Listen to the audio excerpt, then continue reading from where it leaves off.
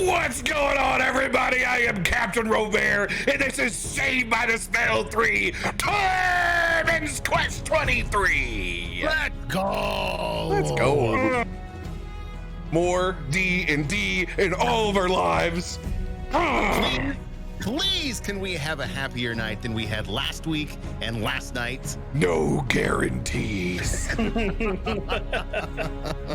I physically and mentally don't know if that's possible where we're at in the story.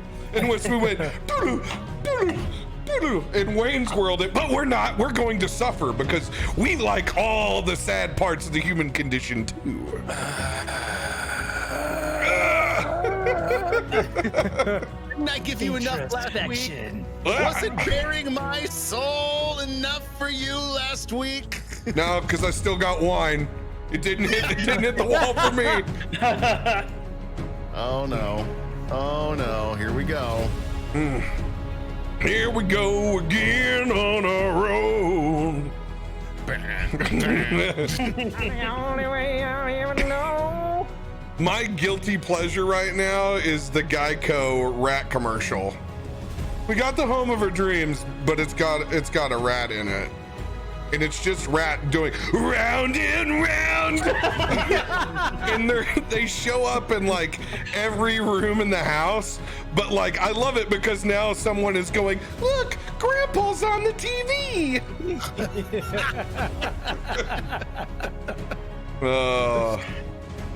Beautiful. It's good to be here with all of you, hanging out on the new platform right now. Thank you guys for all coming over. It's fantastic. Love having you guys. Radio, you got some announcements this week, my dude? Oh, let's see. I got Fellwinter's Lie today, finally. Oh, shit, you got it. Yeah. I mean, I did my 10,000 kills, so literally all I had to do was go in and experience the lore, which is really freaking good, by the way. I'm just going to leave that alone.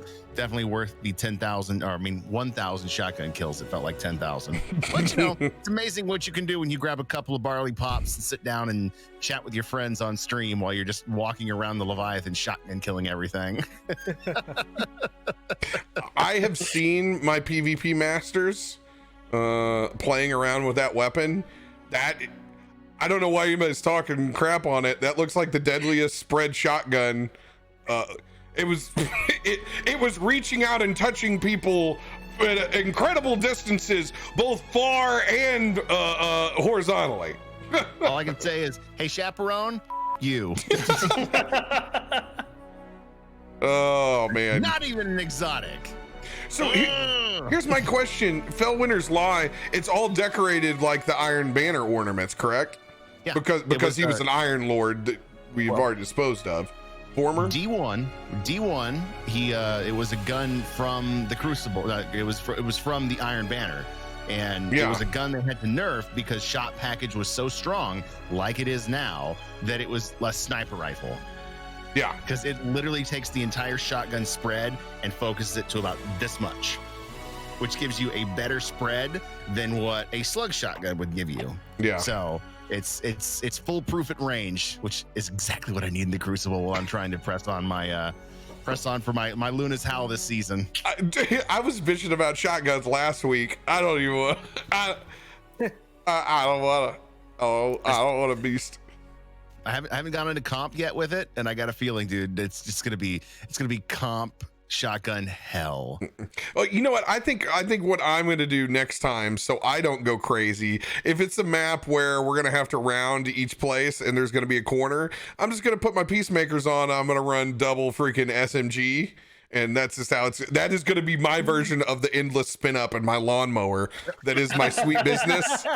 You know, I'm an X going to give it to him. This is my new plan. So when I go into a short range map and you go, now RoBear, you said you weren't going to die 8 times before you changed. Now, you know, you can serve me up like a competition cheerleader movie. You know, with that loadout, they might as well let you have one SMG in each hand and just. I've always wanted to be in the Matrix. So Hell we'll yeah. see Yeah. this weekend when it comes to Saturday, whether it'll be a Crucible or it'll be a Destiny stream. Don't know. Still haven't played Crucible yet. Still have seen Crucible streams. They look interesting enough for me to want to try it. You know, I'll try anything once. Mostly anything. That's it for me. Tim, how's your world? The new PC? Oh, their new PC is so fast and so good. I don't know why I never. I mean, besides being poor, why I never Ding! did first-person shooters on a PC? Because fuck. So I'm teaching myself how to play FPS by playing Doom 2016, Awesome. and it's fucking insane. And my heart rate is just going through the roof while I'm playing, and I love it. I'm an old school Doom nerd, so it's like. I love that they put the classic levels in there and shit like that, but it's so fast, so awesome. It gives me anxiety watching Doom's clips. Oh. But that soundtrack, man, good God, it gets you pumped. Yeah, I can't wait to play Eternal after this. That's the biggest reason why I waited to play Eternal, like when it came out, is because I wanted to. Eternal is the sequel to the 2016 Doom, so I was like, you might as well play the first one. And then this week is actually we were talking about this before, mine and RoBear's friendiversary. Happy friendiversary, Tim! Hey. We've now known each other 1 year.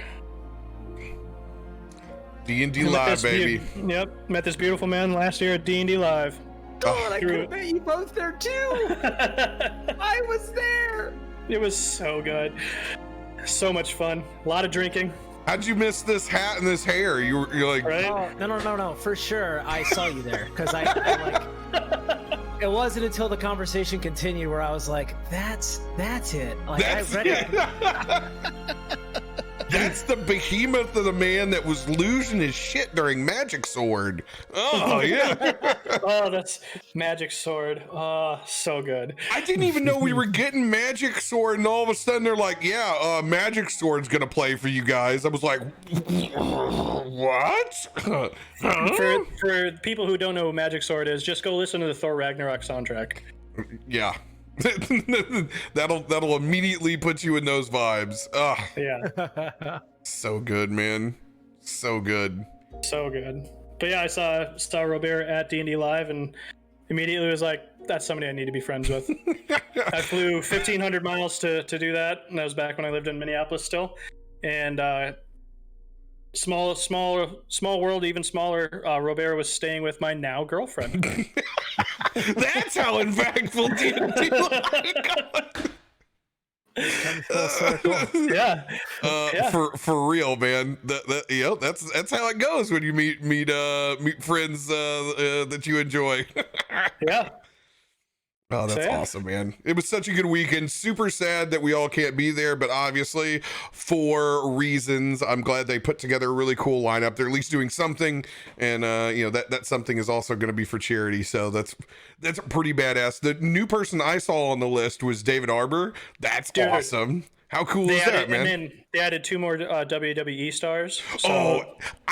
I'm wondering, did they get Crawford to do the WWE? Yes. Yeah, they're doing the WWE, which you got to give Hyper RPG credit. They're the ones that really blew that model up.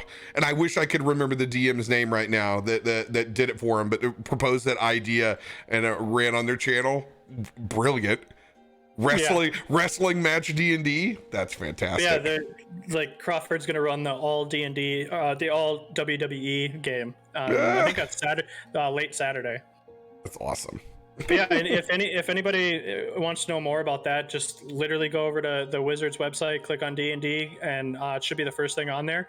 You can register to watch. You can register to participate in their AL games, and they're doing like a community game. They haven't released much about it, but it's basically like your decisions affect the whole game, Oh, that's really cool. Goes. Yeah. So just go over there, check it out. To register, all you have to do is donate. So you're not even like buying it, like just buying anything, but you can buy a T-shirt, which donates to Red Nose Day. You can just donate money, and then you can also buy the new module on DM's Guild. And all of those A three path things to are. glory. Oh, that module sounds so cool. I have already purchased it. You have? I was gonna purchase it today.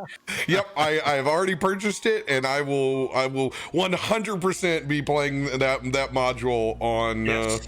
on Red Nose Day. So Yes. yeah, DMs to come on that one. Who doesn't want to be the for the Horde for one day? Right. My very first D&D character ever was a half-orc barbarian, so it Oh. brings my heart back. Oh, I was Classic. like 8, 9 years old. Yeah. The classic archetype of the outsider. Oh, Rage against the machine. What class can I take so I don't have to talk to people? Oh, that one? Yeah, I'll take that. I'm tired of being persecuted. Adam, you got any announcements this week, my friend? no. I don't have any announcements this week. Yeah, I'm just gonna enjoy a nice long weekend, play some games. I am debating, depending on my work schedule as well as my D&D schedule, because I do a lot of D&D offline. But I am trying to muster up the schedule to attempt to start streaming again. But we'll see how that goes, because I've got a full-time job that keeps me pretty wired throughout the week. So yeah, but just don't want to die tonight.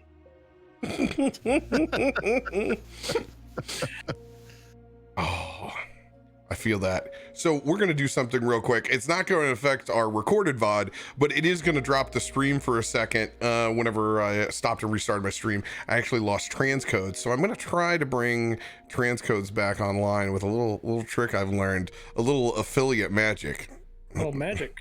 Yeah, a little affiliate magic that I learned yesterday.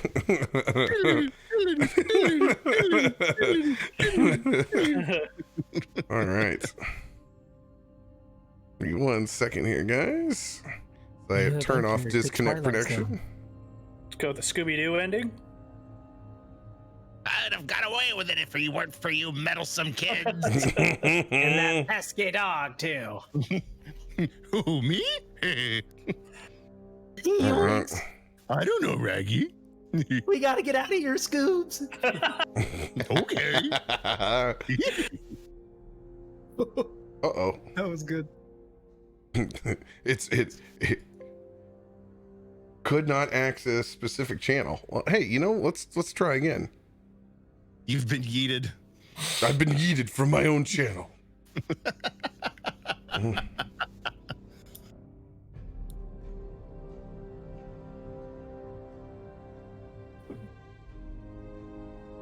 My own black magic may be the demise of me. There we go. Okay. My channel is officially reset now. Let's try to snag those codes now. It's funny because the whole start streaming button is just blank. There we go. All right. It should pop back up now. Yeah, I was wondering, I saw all of a sudden we were we dipped a little bit. And I'm like, oh, you know what? That was exactly what happened yesterday. And bada bing, there they are. Ah, that's a beautiful thing. Sweet. If you guys are having issues with our resolution right now and buffering, the transcodes are there. You can drop those down and you should have no problem viewing us now. Giggity! Thank you, Mud. Thank you, Mud. Liddy. Announcements over here. Obviously, we're starting in the new time slot, hanging out on a little different platform. I appreciate everyone who's taken the time to come over here, check us out at the earlier time, new place. You guys are fantastic. Much love to all of you. If anybody else has any questions, the Discord is there. Feel free to DM me. We have one more big change coming tomorrow when we start at 10 p.m. CDT. And what's going to be crazy, for the first time on a Friday in way over a year, we're not playing Game of Saving Throws, which is going to be odd. It's really, I'm excited though. That's 66 weeks, 67 weeks. Is that how long it was? Plus How many Fridays cons. we made it? Wow. Yeah. Damn. That's a dedication of Friday nights, my friend. But we're not stopping, because what else we got to do? At the nearing the end of hopefully this pandemic is keep pushing forward on Fridays.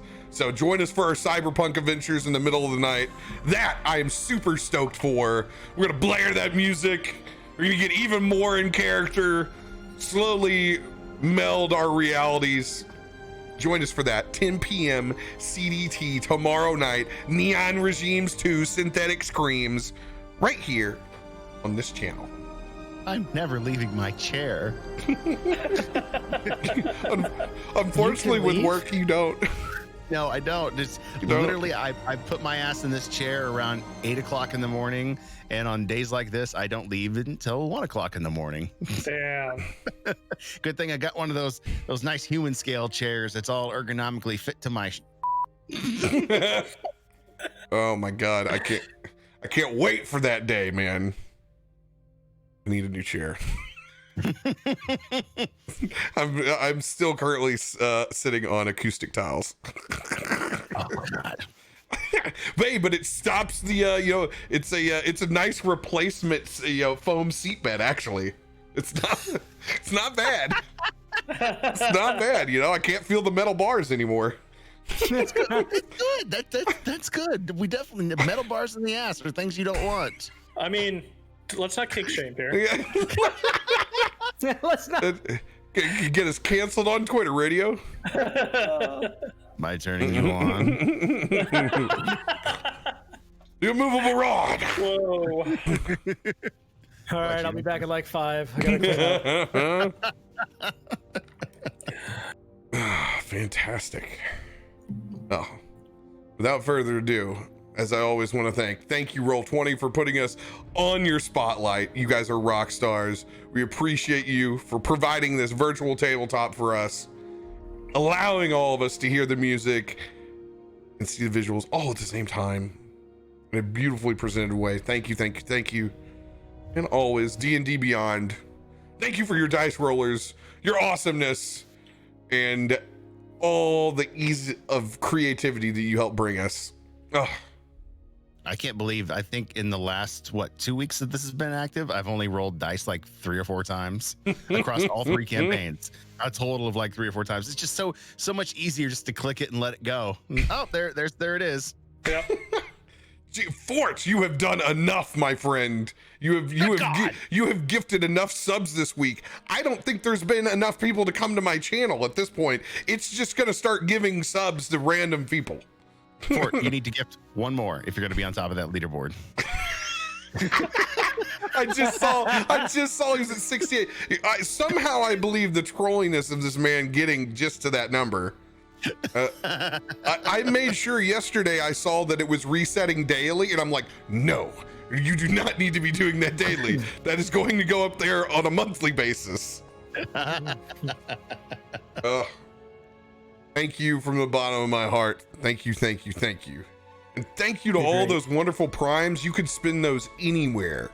Thank you for spending them with us, man. That's a high mark that you choose to do that over here on my channel. Thank you, thank you, thank you.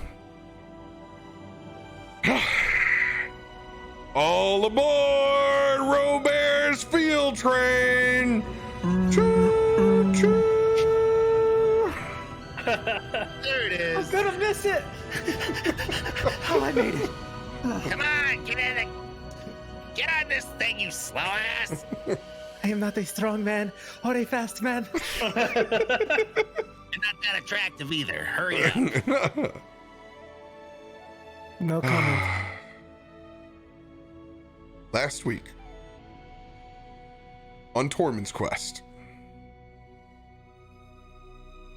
the party raced head on into Gorthok, the Thunderboar, and what felt like a final showdown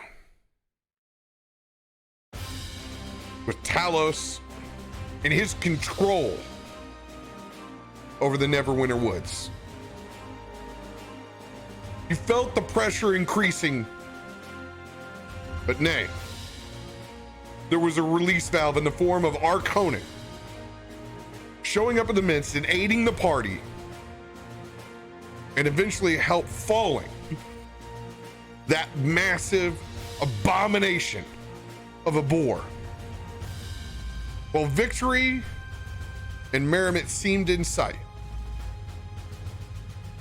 the party encountered Cryovain, making his way through the opening in the heavens that Tormund Stormbringer had brought. As Cryovain arrived on the scene, he essentially challenged you to run.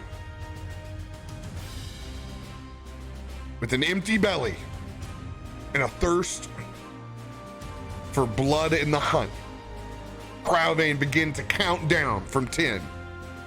As the party feverishly sought shelter in a short amount of time, the group decided to try to infiltrate the bunker underneath the burrow of the Circle of Storms. Unfortunately, they were unable to make their way inside via collapsed tunnels. Dirakt cast Meld into Stone and forced the party inside. After the party safely tucked in, Dirakt conjured forth the Flight of the Phoenix and took off into the sky. As you guys saw Cryovain and Dirakt disappear in the horizon. We pick up still immediately in the field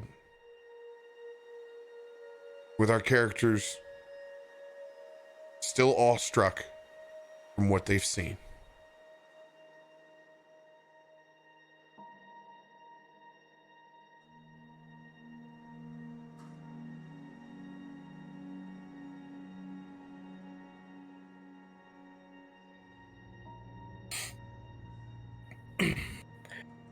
Do we have enough in us to go to keep going today?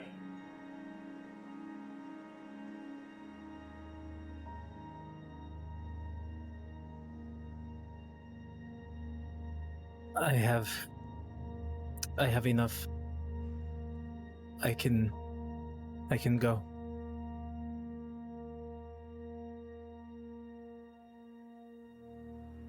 That old man had enough. We've got enough.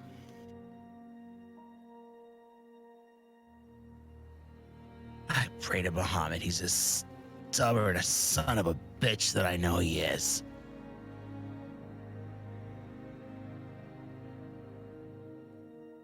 Not ready for that goodbye.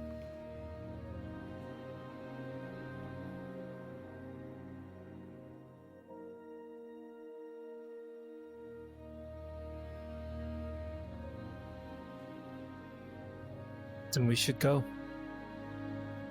Now.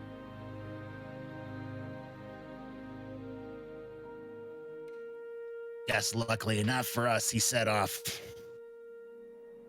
by the direction we cut that hole in the wall. I think that'll save us some time. Besides, doesn't mean like Cryovain's very inconspicuous about the trail he leaves behind. Conan, you're the master huntsman. Anybody can pick up Dirakt's trail. I know it'll be you. Not giving up.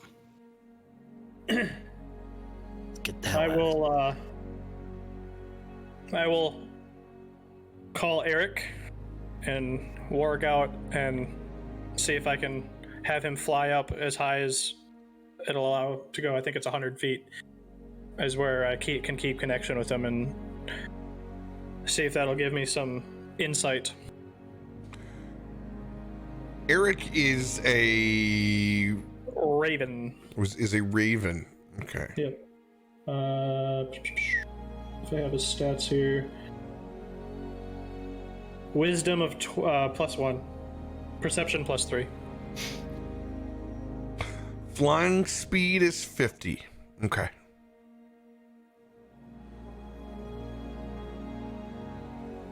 All right.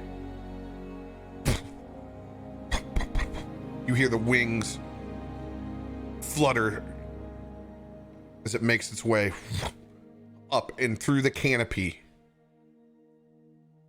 into their direction. As the eyes roll in the back of your head, Arconin. Go ahead and roll a perception check for me.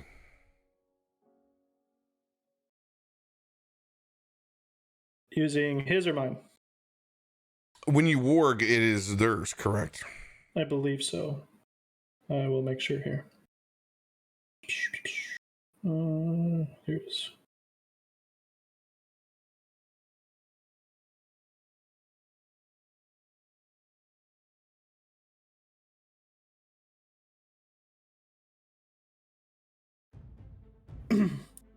It doesn't say, but we'll say yes. So we'll just roll that.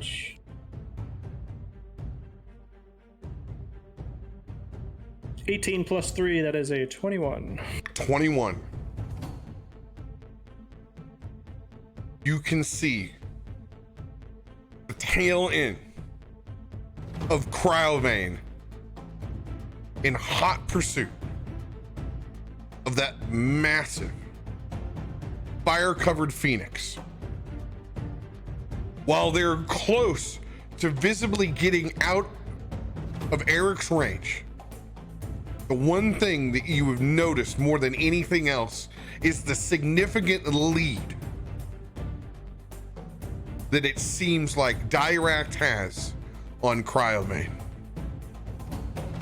You monitor them as far as you can into the horizon, charting its course.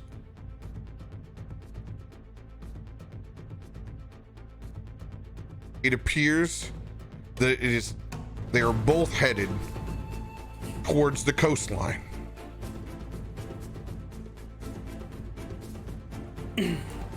So I warg out and I say to everyone, he still lives.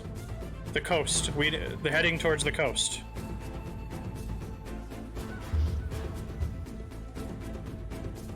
So I will show you the flight pattern.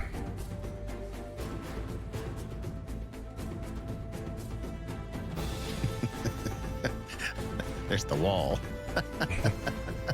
There is the wall.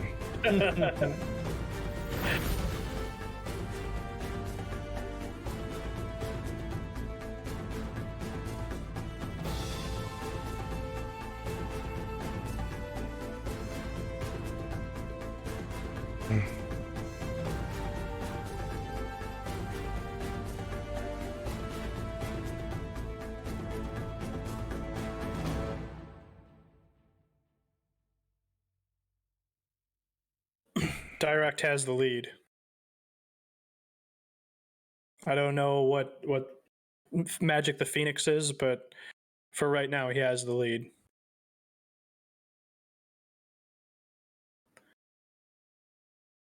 It will be difficult enough to keep up, but we should go now. That old fox has got something planned.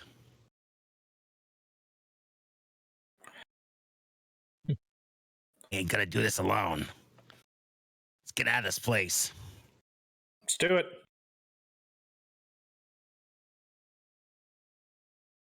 All right. Are you guys choosing to take a short rest before you move?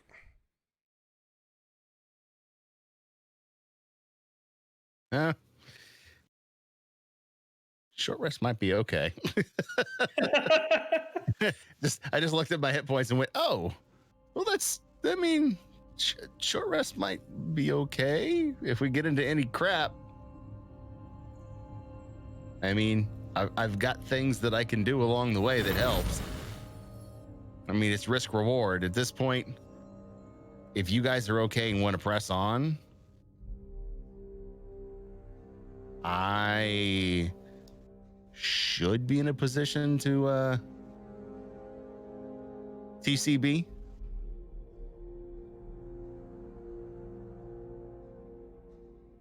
Yeah, I mean, I have some potions too, but my health is You can roll your hit dice already. I let you guys do that out of combat. Like, you're essentially taking one right now, whether you want to or not. This is just your chance to RP it out, what you want to do, how you want to prepare yourself before you hit the trail. Yeah. I'm not worried about spells, so I'm gonna roll some hit dice. I'm gonna get topped off.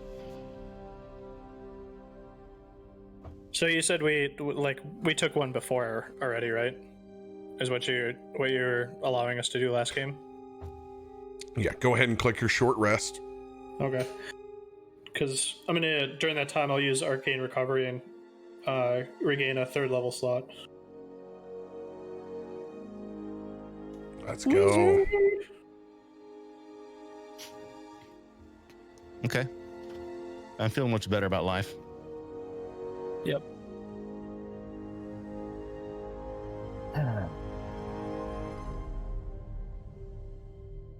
Yeah, I'm good.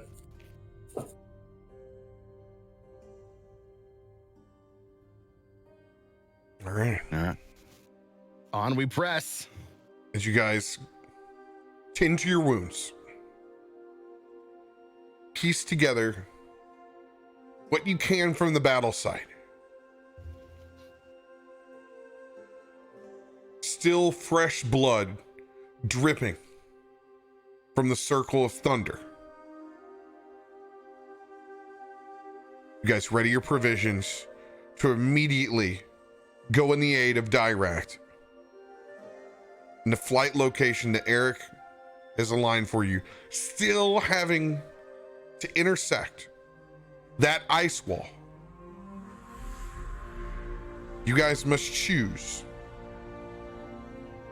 to try to go around in the most direct pathway, unknowing of what it's going to be like at the edge of the ice wall, or take the longer path to the hole that you carved on your way to the Circle of Thunder.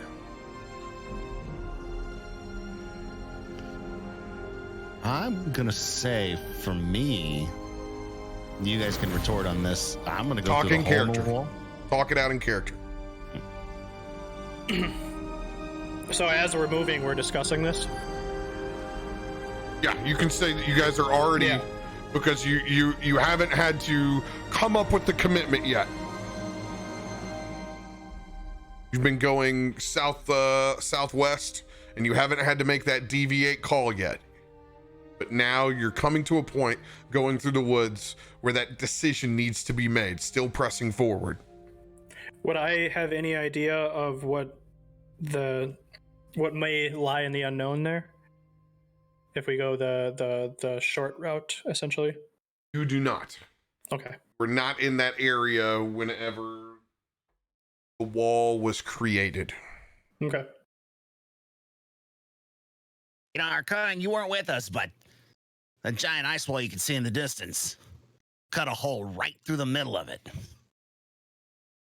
I know he was headed off more towards Falcon's hunting lodge, but we know from where we are now, past that wall,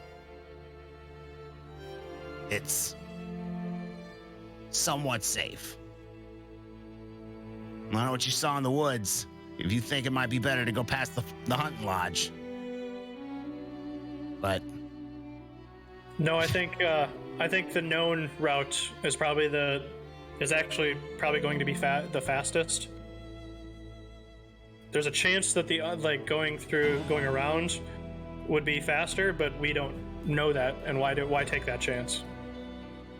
that's my thought exactly. I don't want any unwanted engagements between now helping Dirakt if we can. I agree. Yeah, you might want to circle the map for this place right here. If you ever get the chance, going back and exploring this mound,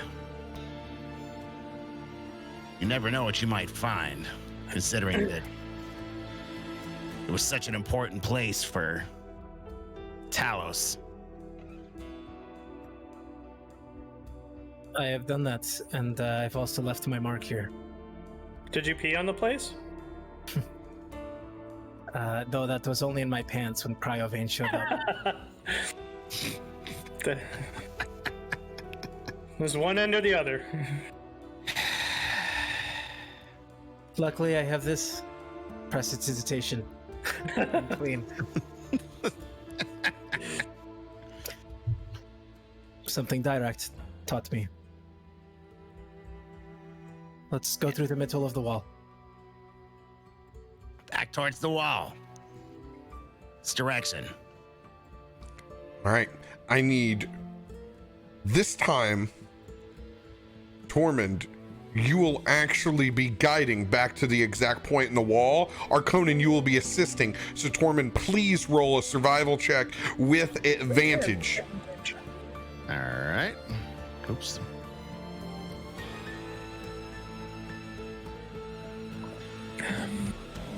That is going to be a 16. 16. You're able to remember the location not far off to where when you head towards the wall, you're able to spot the opening that you carved away. As you come back, about 50 yards, starting outside the ice block, has become just an absolutely flooded swamp. As this ice has begun to melt. It is difficult terrain. It is just a nasty, nasty bog at this point. Your movement speed has been halved. It is a slog. Just getting up to the hole that you carved inside that ice.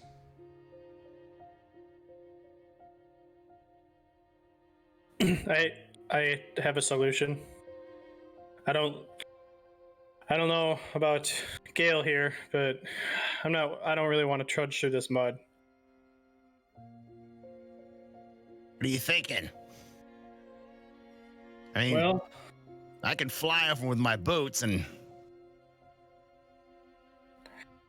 remember back when you saw me float some bodies? Arconan, honestly, between you and I, some of the things you do, some of the things I try to forget in my nightmares. Thanks for the compliment. And with that, if we have 10 minutes to spare, I can cast Floating Disc. Considering we're making absolutely time doing this. So, you conjure your floating disc. You have to make difficult choices. You currently have Ivan, 2 other horses. Oof. We have horses.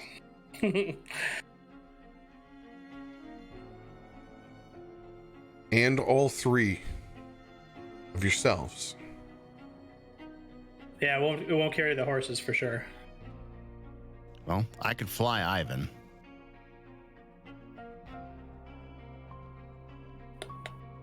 That doesn't solve the rest of the issue of you 2 and 2 more horses. If you fly Ivan, remember that you will have used Ivan's ability to fly for 24 hours. Mm-hmm. Just want to reiterate. What a crappy situation. I think that it's not.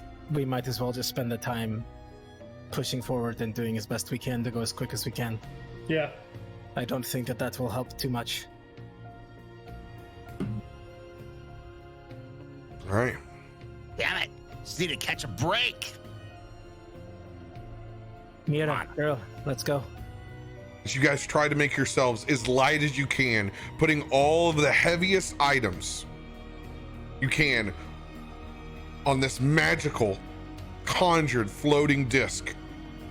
of bone and sinew that has emerged up from the ground like an organic mat from the forest floor.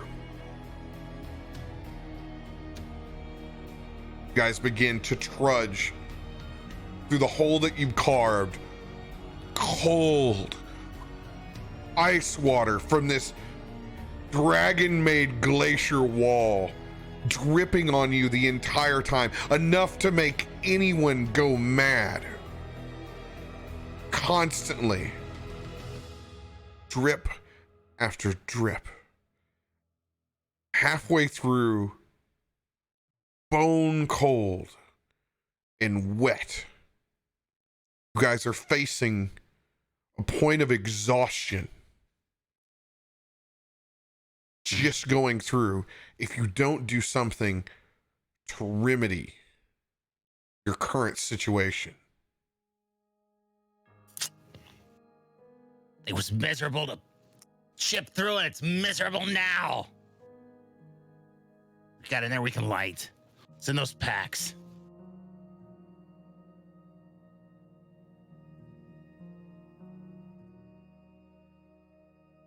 Screw it. Tormund's just gonna start tearing shreds, cloth, take his torch, wrap it around so it's a big fireball. You guys might want to think about doing the same so you don't freeze to death in here. Let me try something, and I'm going to cast Prestidigitation to warm up the clothes. Just ritually every 6 seconds, I'm just going to, each one of us, and I'm just going to just continue to do this to try and warm up everybody's bodies. They'll still be wet because I can't. Gail will say, I cannot control this type of elements. But I can try to warm us up. Prestidigitation. That's the kind of friction of rubbing two wet shirts together. It's really just an agent of cleansing. Yeah, I mean, yeah, okay. In your repertoire, you'll need something that actually can create warmth.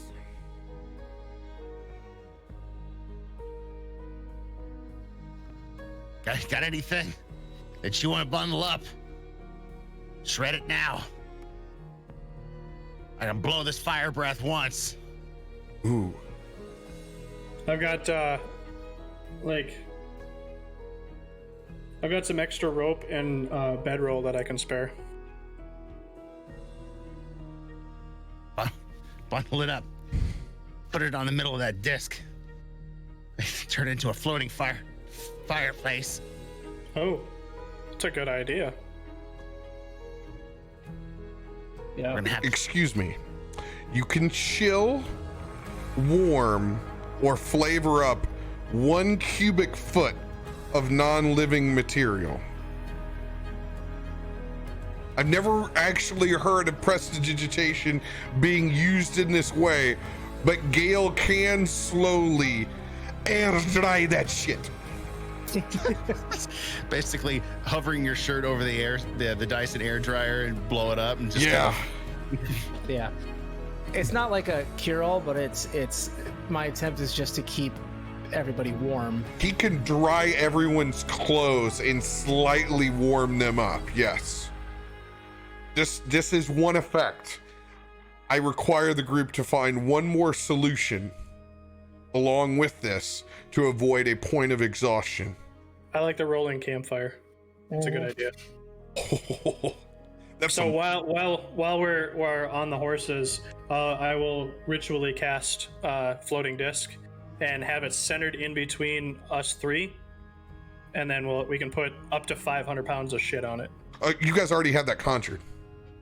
Oh, okay. I had you guys with the heaviest, just for role play, the heaviest packs to help speed up from sinking into this mud. Okay. So floating disc is 3 feet in diameter, 1 inch thick. Floats 3 feet above the ground. Yeah. Perfect. Sounds like a floating fireplace to me. All right. Light her up. You guys construct. Oh, go ahead. I was gonna say as we construct shreds and bed rolls and everything we can spare cloth wise to pile up in the middle and a couple of torches, Torm is gonna lean over the disc and use his breath weapon to ignite the fire in the middle of us. This hall still sucks, but at least I don't feel as cold.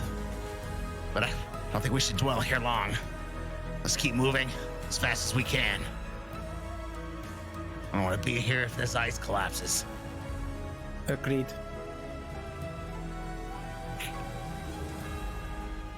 In a constant struggle between warming yourself and drying yourself, causing an even greater drip, and sometimes smoldering issues inside this tunnel that cause a nasty pit of smoke to blur your vision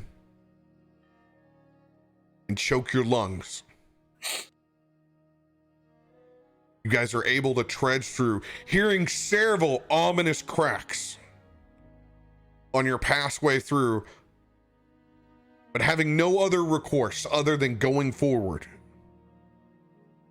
You guys emerge onto the other side in an equally nasty bog, this time 100 feet out as you trudge with your equipment through the mud as daylight begins to fade, as the sun tucks down back behind the horizon. Plunged into darkness, you guys are on the other side of the wall.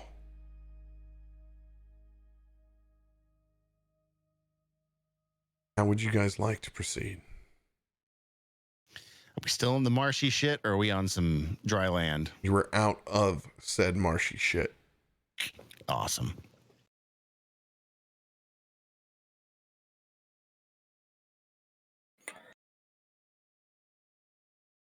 What are you thinking, Arconin? I can still see just fine out here in the dark. I don't know about you guys, but I can continue on, or we can rest uninterrupted. We can rest at any time. I can't see shit. Luckily, with my goggles, Tormund adjusts his helmet. Those purple eyes glow out in front of him, so I could see in his darkness. Connie, you know the way through these woods? Or are you just gonna bump around all night until we find our way? Do I, DM, know my way through the woods? There's one thing to know your way around the woods. There's another thing to know where Cryovain and Arconin have gone.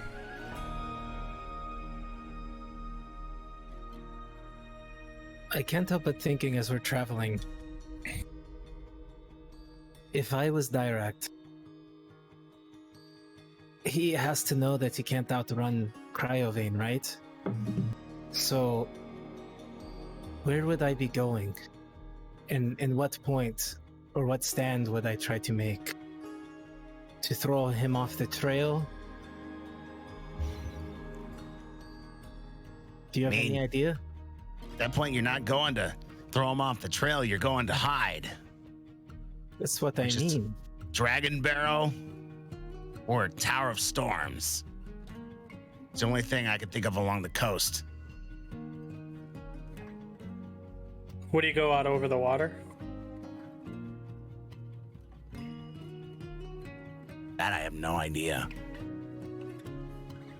That old man's been up and down through these lands years and years before I was even born. knows a hiding hole. That's what he's running towards. Some place he can dodge that big dragon. He's smart.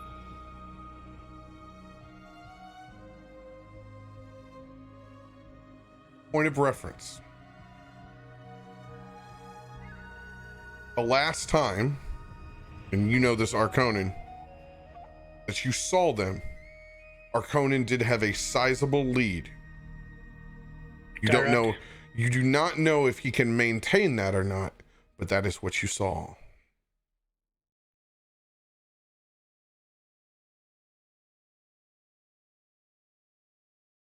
Yeah, I mean, I know the magic of death, but his is a different one. So I don't know how long his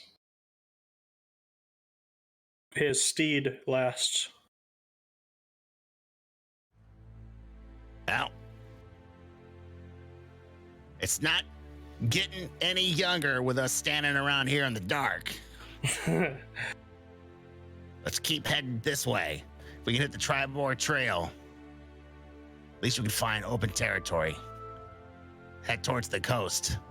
Still think dragon that big flying bird.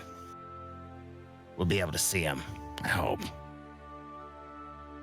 I think going along the Tribor trail would be a good idea, but I also think we should stay near the forest, because if Cryovain, for whatever reason, comes back this way and we're caught in the middle of nowhere, well, perhaps if we're near the trees, we can duck in and be out of sight. Out of sight for an ice wall. But I like it. If he gets pissed, and he's going the direction I think he's going, well, that'll put us smack dab in the middle of his retreat back to Icespire Peak.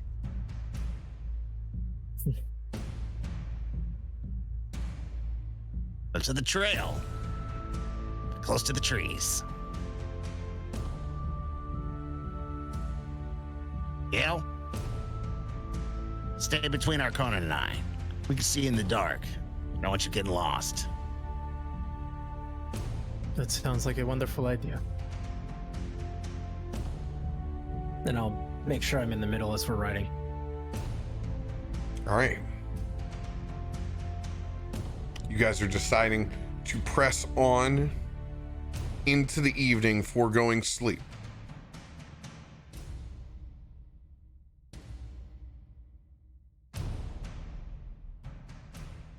Correct? Yes. I would absolutely want to push forward. I'm for it. Let's go. Arconin. I need a survival check from you. Survival. 15 plus 3 makes 18 for me.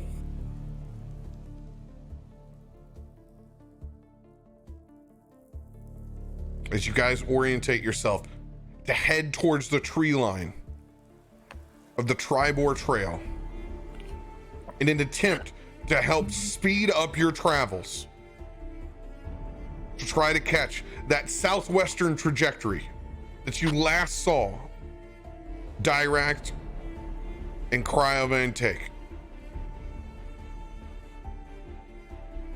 You're able to press forward into the middle of the night. Now, 15. In between 15 and 20 miles. Hauling ass as best as you can. A party with purpose. I need all of you to roll a perception check.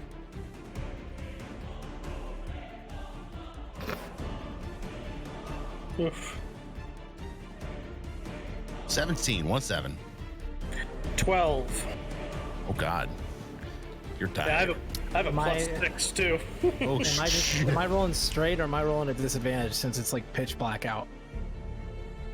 Yeah, with you nothing, roll with disadvantage. Yeah. That's what I assumed. Yeah. 7. Tormund, you feel it in your chest first. A loud concussion that amplifies and flows through your back muscles forward, catching all of your attention as you can feel light and presence shining over your backs. As you turn around and you look back in the direction of Falcon's hunting lodge, as you see a massive fireball erupt from the center. As this fireball shines up into the sky.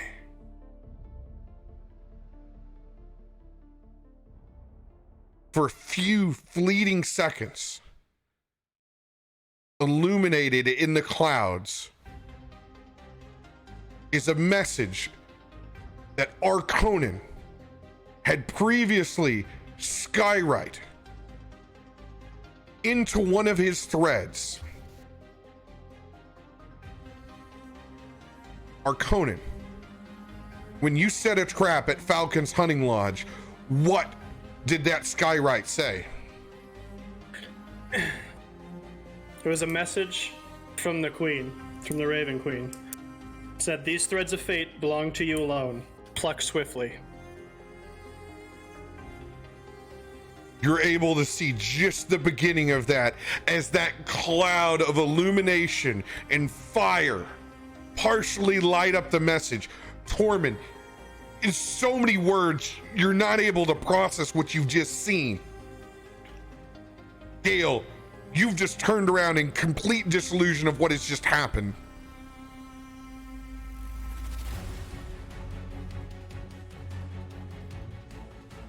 what in the hell? That, my friends, was the lodge. The hell did you do to that thing? It's not what I did, it's what we all did. Do you think it was? Somebody stepped foot in there. Bahamut, Morden, or the Raven Queen, bless their souls. Because I don't believe they're among the living anymore.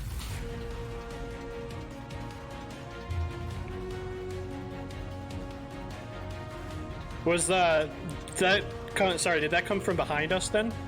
Yeah. Yes. Okay. Okay.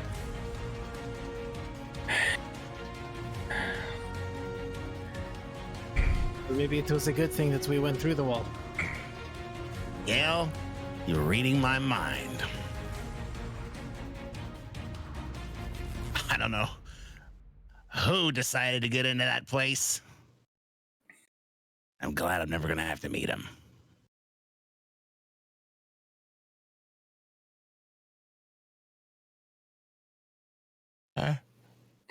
Come on. We got someplace where we got to be.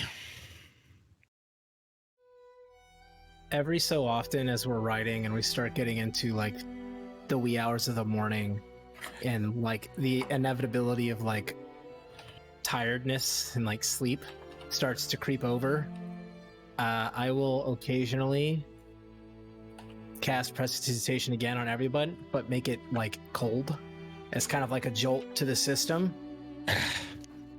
Just randomly, not like on repetition, but just like as soon as they start to kind of, I just try to like, I'm trying to keep everyone focused and alert as best I can. I'm not even there and I want to take a piss now. I'm so in it with you, dude. I've been on this camp out before. It's miserable.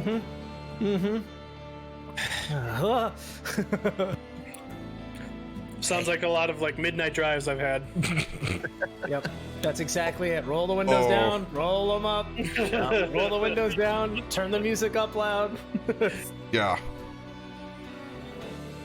So just as a way to like, as I see people start to kind of like fade a little bit. I just kind of jolt their system a little bit, myself included. Thanks, Gale. We've got to find him.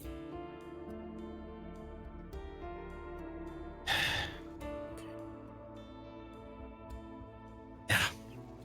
Gotta find him.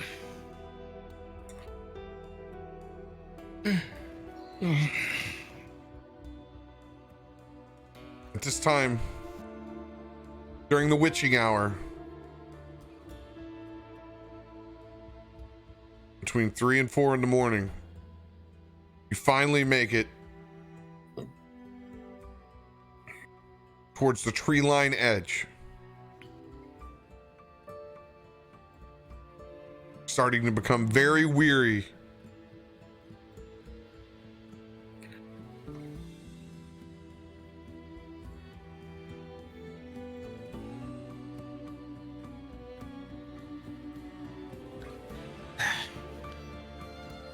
Damn it. It's not helping.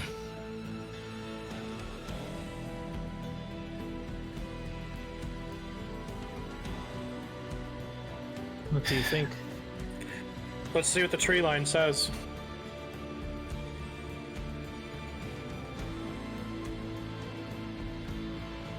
No. Gotta keep pressing on for Dirakt. You tell me I was dumb, foolish. I mean, that's what I am. But if he's out there to save, we're gonna save him. Tired or not.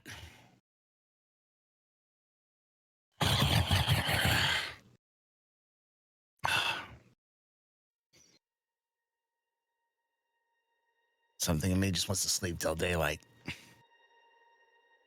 We gotta press on.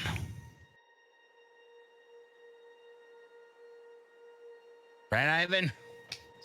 Slaps the horse, trying to keep himself awake, like slapping his face.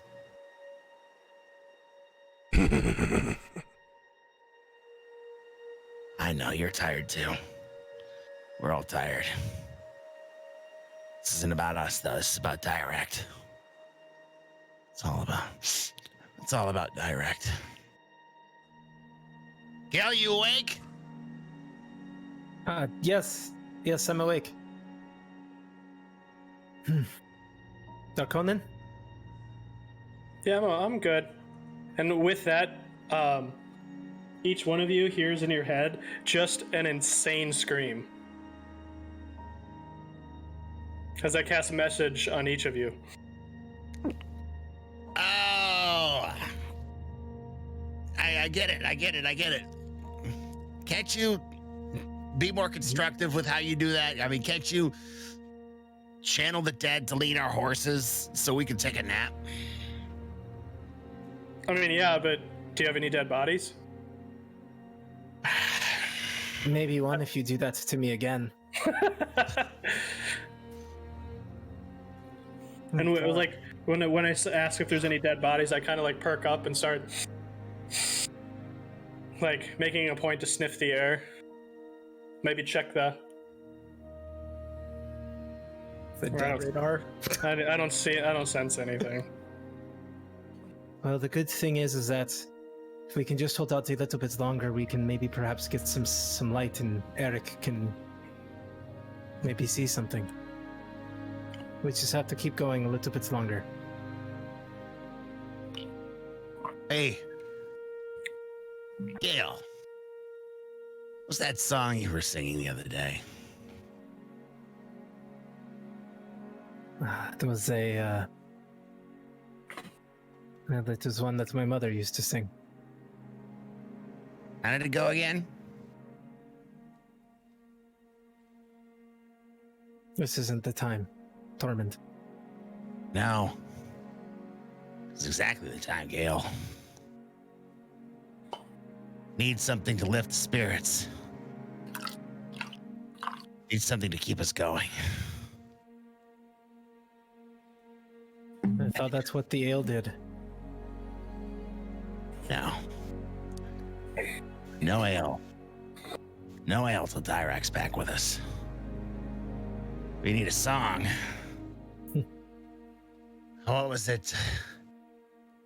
Oh, what a beautiful day. Oh, what a beautiful morning. Fine. And Gale begins to sing. Oh, what a beautiful morning. Oh, what a beautiful day. I got a beautiful Feeling. Everything's going Dirakt's way. We hope. Well, we're going towards him, so I assume that's a good start. I cast Mage Hand, and it does like the jazz snap. This is pretty cultured for you, Arconan. I'm impressed. Yeah, well, I'm only half uncultured. What's the other half? Dead, obviously. Funny enough, yes.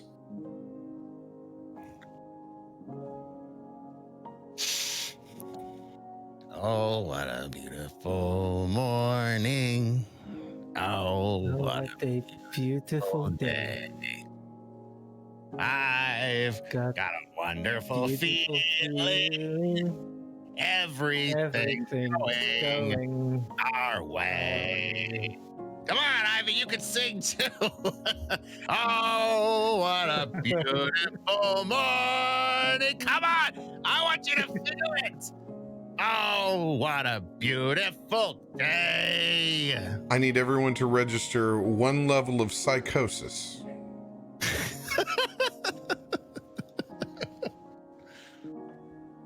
Where the hell is psychosis on my sheet? It isn't. It's madness. The madness, as quickly as it creeps in, begins to fade away as Tormund gets too tired to sing eventually. Like a small child in the back seat of an old family truckster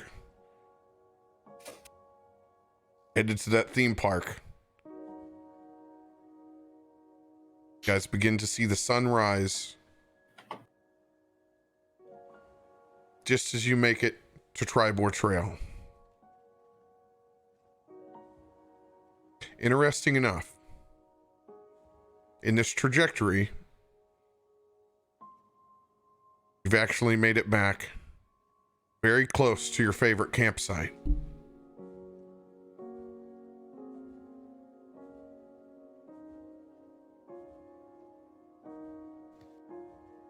Guys.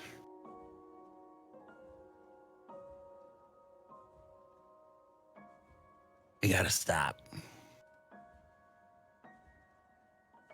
We're exhausted. The horses are exhausted. We need to sleep for at least an hour or two.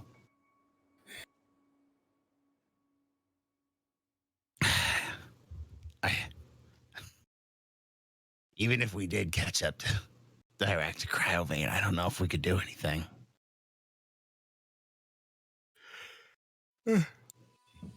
All I want to do is go. Just sleep a little bit.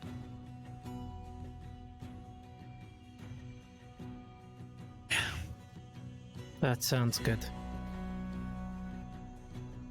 It's our campsite over there.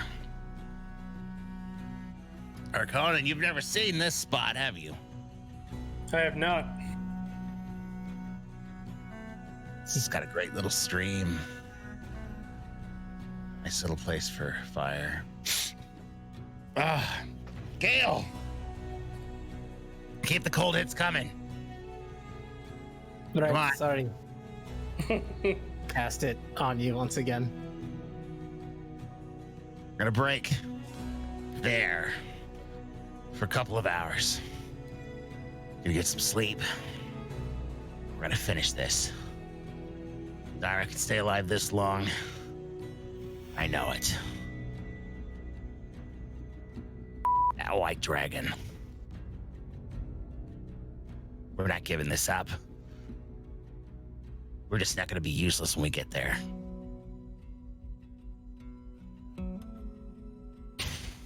Great. We pushed on as much as we could. Hey guys, see some fireworks, courtesy of you. Us.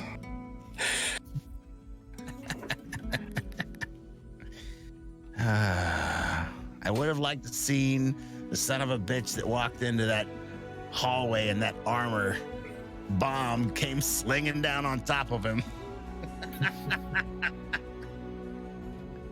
I just hope there's some pieces left. Yeah, what are you gonna do with pieces? Exactly, I can't do anything. Although, I have read of things you can do. There are books that allow you to do that. Tell you what, you read to me as a bedtime story. Keep me long. You probably won't want to sleep anymore. There's not much that's gonna stop me from sleeping right now. Anything will stop me from sleeping right now. So, in the book, you take the head of one, and the shoulder of another, and then the arm of another, and then the midsection of, I don't know, a horse. You can probably use that. We can Legs continue of on as we make. Yeah. I'm constructing my own flesh golem in my mind. The perfect flesh golem. As he rattles on and on. I keep Tormund. changing parts like a Mr. Potato Head. Settling in, tying Ivan down, making sure he's got grass, and passing out to your horrid descriptions.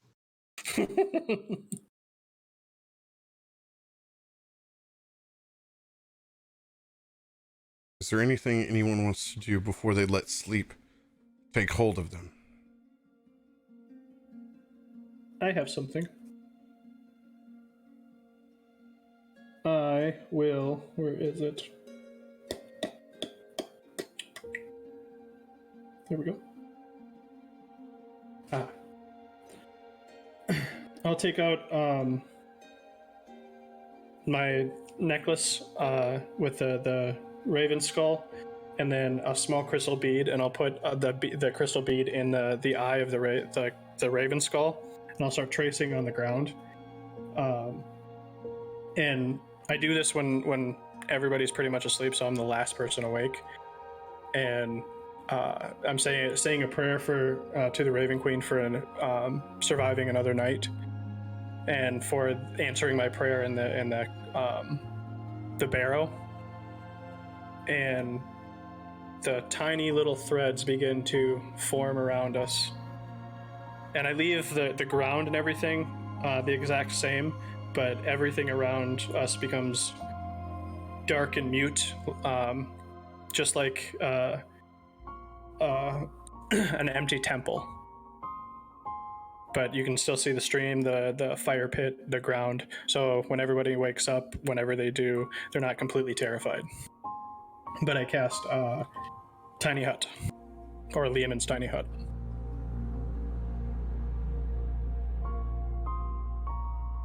I watch the darkness close in around us. I know you're doing some weird stuff. I don't care. It's like you're at the sleepover and your one friend's still playing with a Ouija board. And Yeah. And out of the corner of your eye, you do see the statue of the Raven Queen. It just like looks looming and huge. But every time you kind of look at it, it disappears. Little did you know that you would quickly become very attracted to the goth girl that Tim was hanging out with that night later in life. Aesthetic. Grade school didn't prepare you for this, but things quickly changed in junior high.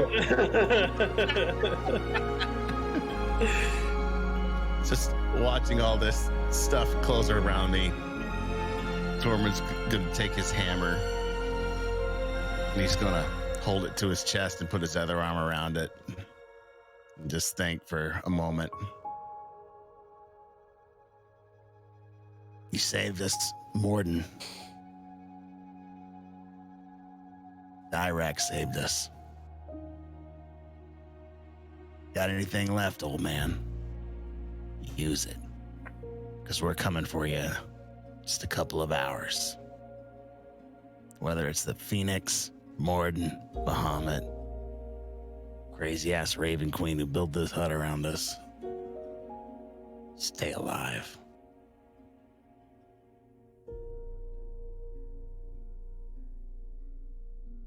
Close his eyes and accept the fact that he's not going to try and sleep in for once in his life. He wants to make the coffee in the morning for good reason.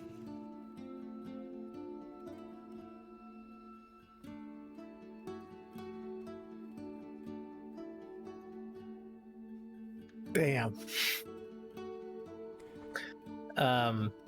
Before I drift off, I would go to the stream and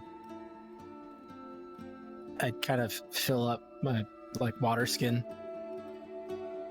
and just kind of look up with the sun kind of rising and kind of looking at the stars as they start to kind of drift away as daylight takes them, and just kind of look at the water, and I look for a smooth stone and I just pick it up. And I remember the last time I was here with Dirakt, and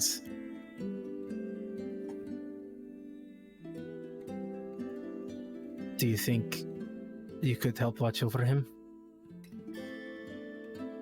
At least for a little bit longer? We're pretty much spent. And we need sleep. You've already given us plenty, but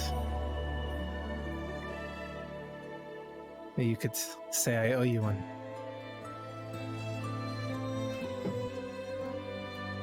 And I just take the rock and I kind of skip it down the stream a little bit.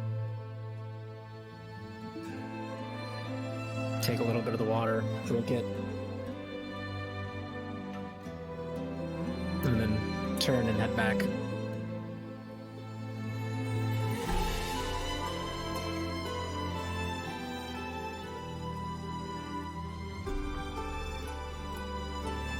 As the dew clings to your boots and the breeze of cold ocean air makes its way, the hair on your head, you tuck back in Arconan structure,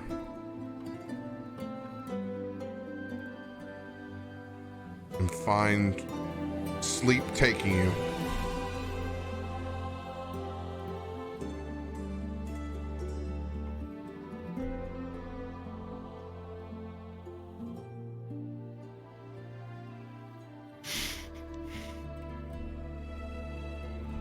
You guys begin sleeping through the morning.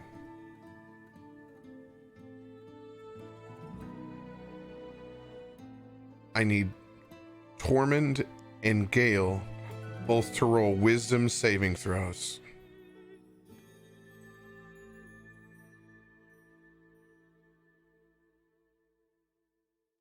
18.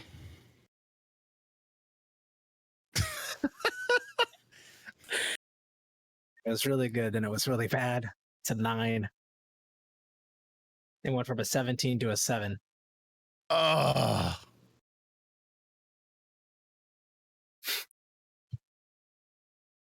Gale, sleep takes you, and you settle and drift into a very comfortable, easy sleep. Your body rests.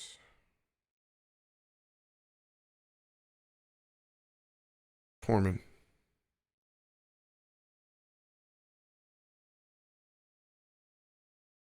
Throughout the night, your dreams seem to haunt you.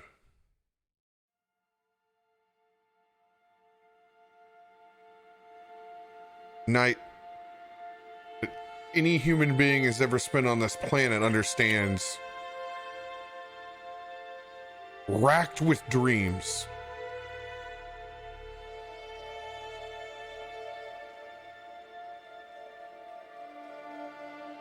But one in particular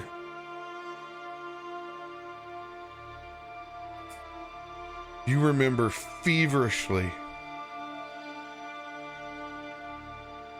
watching your friends be buried 6 feet under on top of the circle of thunder.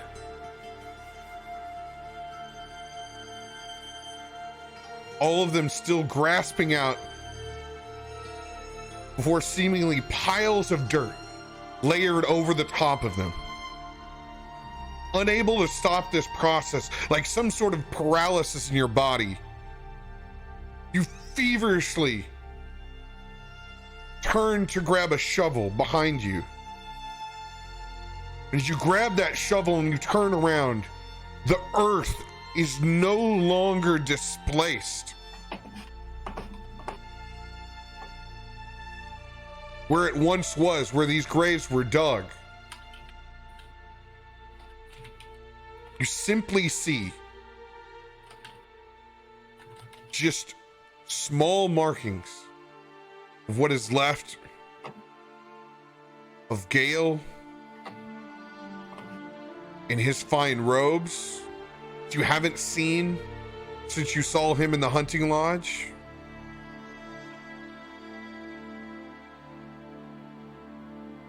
Small pieces of bone fragment that remind you of Arconan as you begin to dig and dig, but you don't dig in the right place.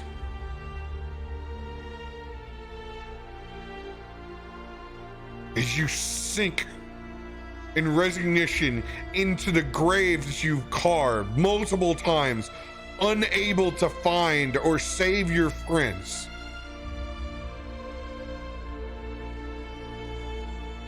Rain beginning to pour down on top of your head in this muddy grave that begins to fill with water.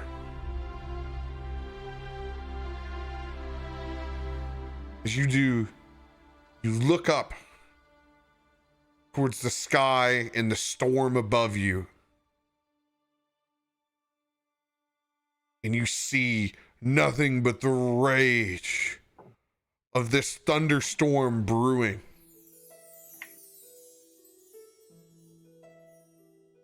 And as it does, your pit filling up with water.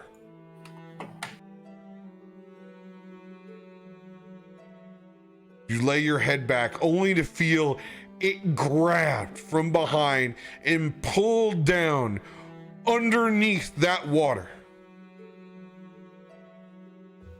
As it seems like you transition not only from another dream to the next, but an entirely different plane. As you open your eyes, cold, feeling the stream and the water around you, you see the fireflies held on either side of your head by a hand. You see Remus and Romulus cradling your head with concerned looks, but they don't say a word. They simply turn your head, still floating, laying in that creek, as they turn your head back towards Neverwinter Woods and point to the other side of the trail where you came.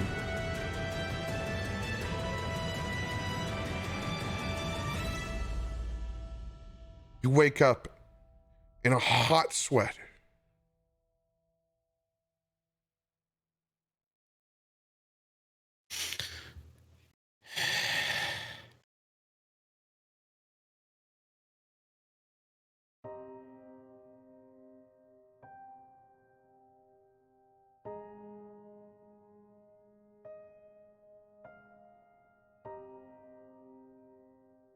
I think we screwed up.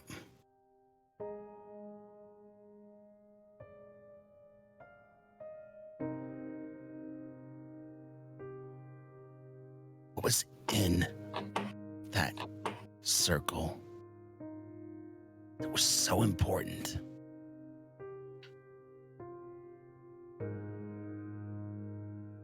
What were we supposed to find there?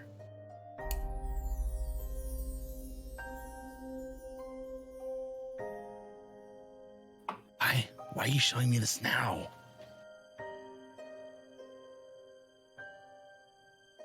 Can't go back. We can't go back, can we? He's talking to himself quietly to not wake everybody else up around him as he's trying to reason through this dream.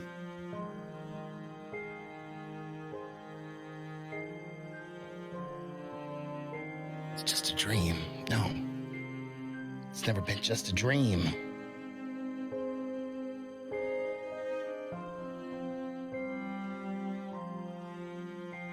They were there to protect the tree. Something in this forest that's unfinished business.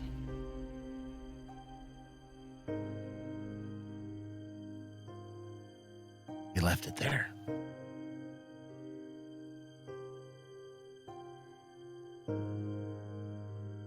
Why? For Dirakt. Maybe that was my lesson. Maybe we weren't supposed to leave.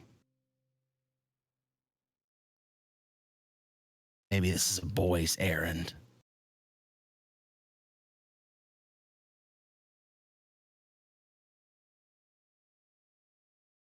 They're gonna kill me if I tell them we're gonna go back to the woods for...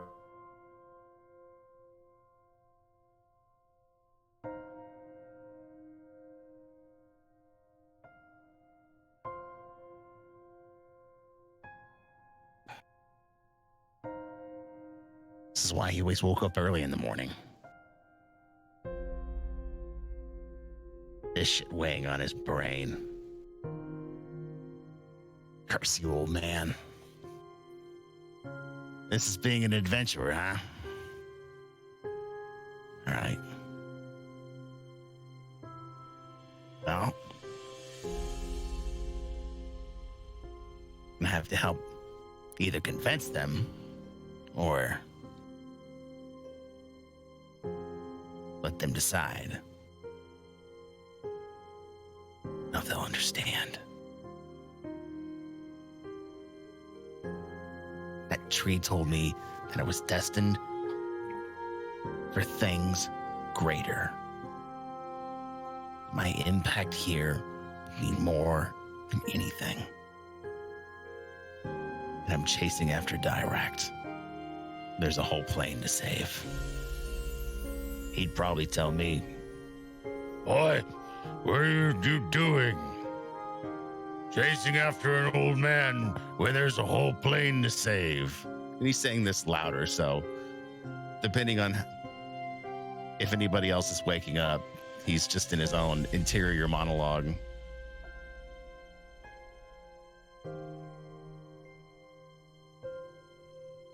I should have stayed.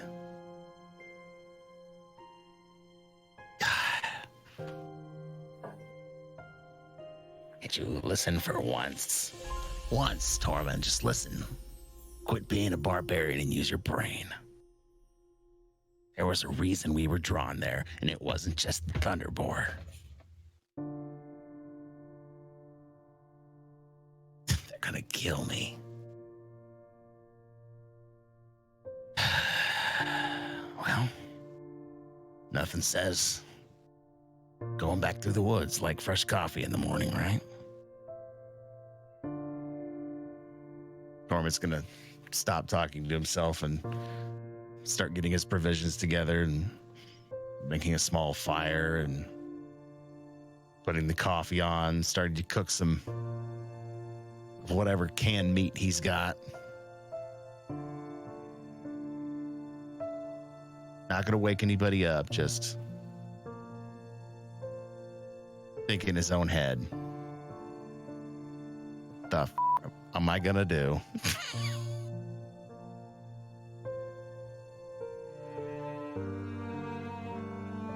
As Tormund begins to prep morning provisions, Arconan, Gale, you both rise. At this point, a little afternoon, you guys can hit full rests on your character sheets.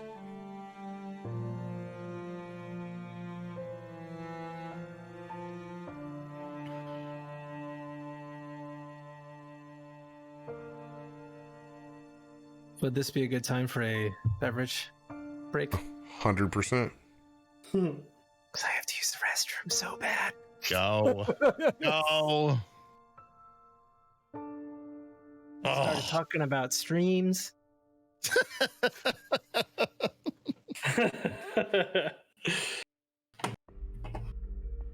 Tim, I think it's your chair. I just sent you a DM. It's your I'm picking up a lot of I'm picking up a lot of noise on your side.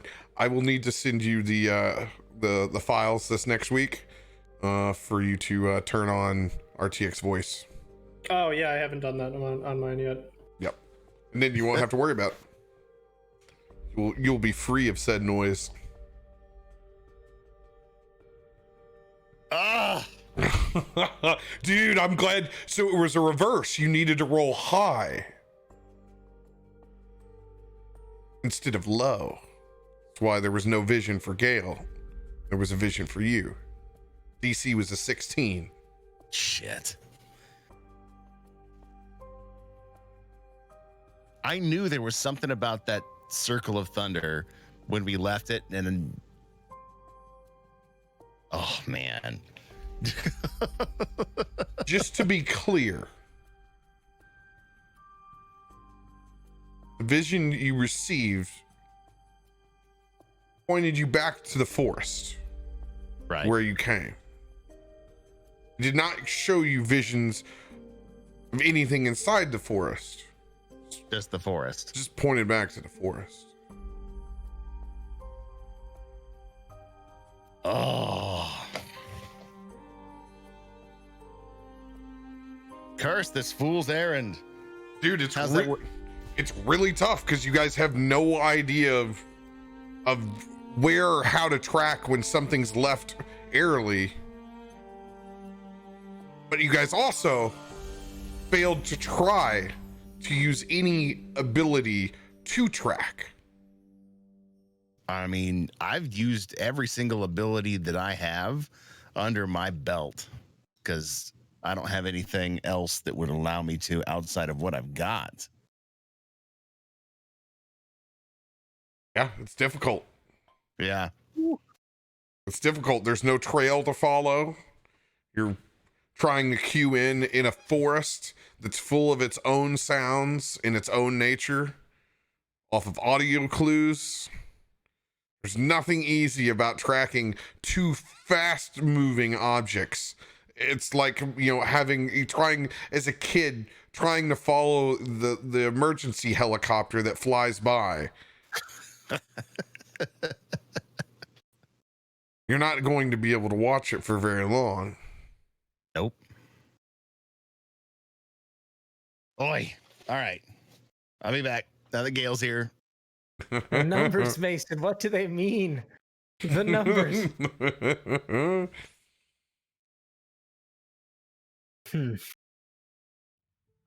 Interesting. Guys, I'm going to run a 60-second ad real quick. If you're a sub, you won't even see it. Fill the void. Feel the emptiness. Full on Palpatine break. Yeah, I haven't had to go upstairs on breaks because I've had this, this lovely members mark supply here. That was a fantastic inner monologue. Dude, Gale by the stream, man. It's my favorite part of the episode so far.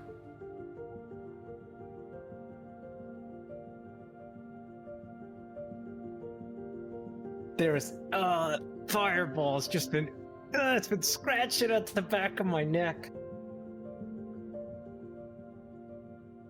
We talk about Gale by the stream, how cool that moment was. It just a nice little underpinning to everything else was going on. It's freaking awesome. I love you, chat. I love you. I love you guys.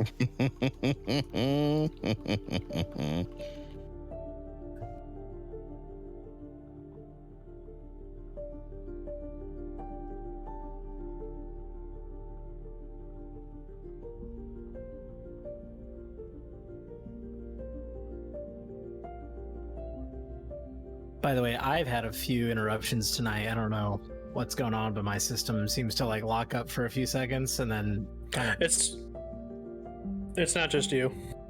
Oh, okay. Yeah, No. mine's the voice is perfect. Everything, the music, the voice, everything is fine. But I think it's the video conference has been. No, that's Blocked because out. my connection has been making small little dips. When you get that freeze, that's the small little. The host. Okay. Yeah. That's they are working on fiber line in St. Louis, so my ISP is bending over backwards to keep me online right now. At around this time, they're changing my packet service right now just to keep everything going. So yeah, there's going to be a little bits, but it's not enough to completely knock me offline. So yeah, It's just- very nice of them to make room for you. yeah, things you can do when your brother's VP.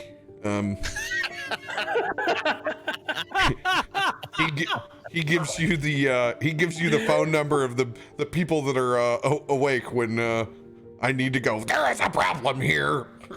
Oh God. No, they're amazing. It's one in particular person, Tori, who's just a rock star.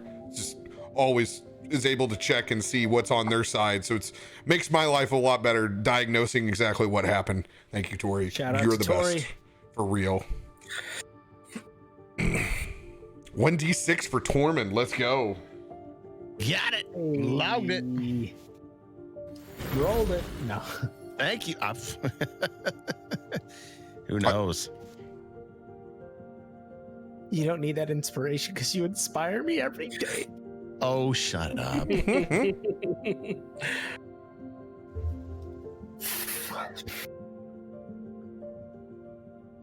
I can't wait for that Elon Musk internet. Downloading it now. Cybernet. So, That's on Friday nights. ding. Wait, question. Does that Fries come are with done. the purchase of a Cybertruck? Yes. Maybe, I don't know. If you're brave enough to purchase a Cybertruck. I want garbage. I'll just go to my can. It's outside. Wah, wah. As you guys begin to wake up, you can smell the familiar smell of camp coffee. As it does arrive, visions and images of that grumpy old man. Only to see Tormund for the first time with his cup, staring back at Neverwinter Woods.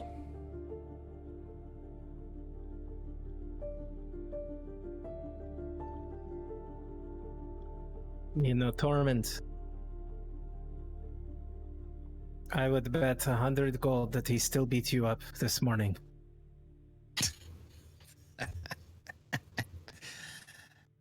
Gale, you know you're right. Can't wake up early enough to beat that old man. But tell you right now, my coffee's better. Just gonna tall pour you a cup. Hand it over. Gee, that's probably a lie. Dirakt's coffee's better, but gotta tell myself something to keep it going, right?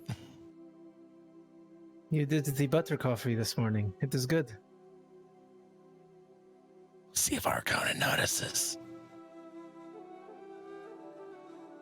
Arconan. Slowly, like, smell the coffee. Give it a little. It is fine.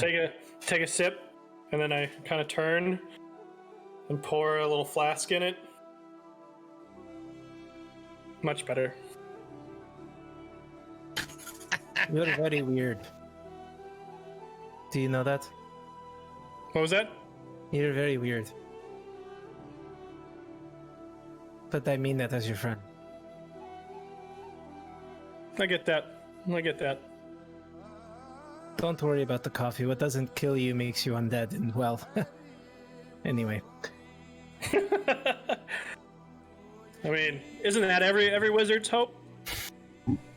Oh, speaking of being undead, I had a dream y'all were dead last night. Did I look good? Bones in the ground over the Circle of Thunder? That's not that. No. I prefer to be above ground. Yeah, I prefer you both to be above ground. It's one thing that I haven't taken for granted when I've been in this realm. There's signs, even in dreams. Came to me when dreams showed me Sword Mountains, where Cryovain was. Dream that Gale and I both shared. That sent us into the woods. The dream that I had last night. Watching you and Gale be buried alive. Only to turn around to try and dig you out. To dig my own grave. Just at a point where I thought I was making some progress. Heavens opened up. Giant storm filled that grave full of water. And I would have drowned in this dream had it not been for two dryads who I'd seen and met before. Blocked away, and I met the great tree. They pointed my head back into Neverwinter Wood. There's something in there that we need. Can't tell you where. But I just know that Dirakt can hold his own. He would have told me not to go chasing after an old man, but to save a realm, because that's why we're here. Now, I fully intend to leave this rather miraculous little hut here, see if we can pick up on the trail of Dirakt and Cryovain, but we can't. Something's calling to us in those woods. So drink your coffee, eat your breakfast. Let's get ready for anything. Now, when you say can't tell us where, do you mean you don't want to, or you don't know? One is going to upset me. The other one is going to mildly upset me. Tormund's just gonna look at Arconan. Have I lied to you yet, Master Huntsman? Nope. They'd be mildly upset. Because outside of seeing you buried on the Circle of Thunder, I've got no idea what those dryads were trying to show me in those woods. Other than the fact that there's something in there that threatens the harmony of the woods and this realm.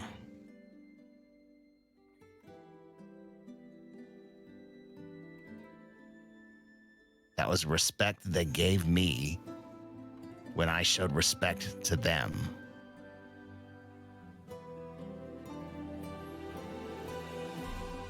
But what about Dirakt? Well, see if we can pick up where Dirakt left off. But he had a lead on that old bird. Hoping he found a place to stay. Arconan, you have a athletics +1, one-time redemption. Tormund, you have a brutal critical. Oh, hello, baby. Hey, baby. So, Arconan, send your bird out. See if you can see anything that might give us bearing on where we're headed. If not, you might want to send him over the woods. See if there's anything out there that might give us some direction on what those dryads were trying to tell me in this dream.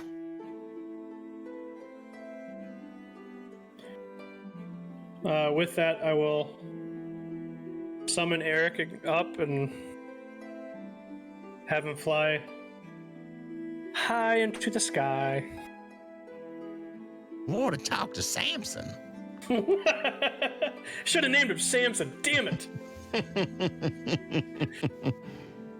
I was trying to be emo with it.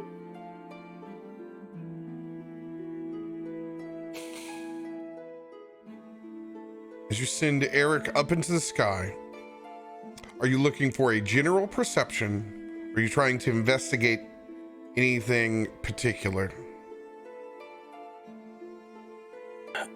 So, first thing I'm going to look for is to see if there's any trace of Dirakt and Cryovain, thank you. If there's any trace of them continuing along their path, that's the first thing I want to look for. Just a general to see if they're in the air in your vicinity. Yeah, or Go if there's ahead. any sign of destruction or anything. Go ahead and roll a perception check to see if they are in the air. It wasn't me. This is me. This is him.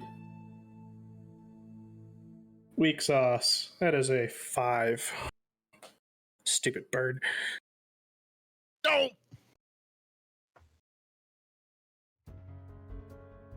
As Eric searches the skies, no sign of Dirakt's Phoenix or Cryovain within the air. Roll an investigation check to see if anything has been damaged. Any signs of destruction. That's a 10. Using his stats.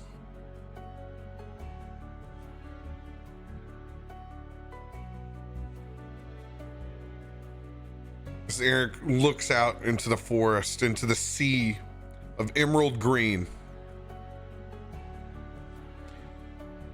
it's just hard to find any particular place that might hint or give any clues to the whereabouts of Dirakt, Cryovain, or where they are.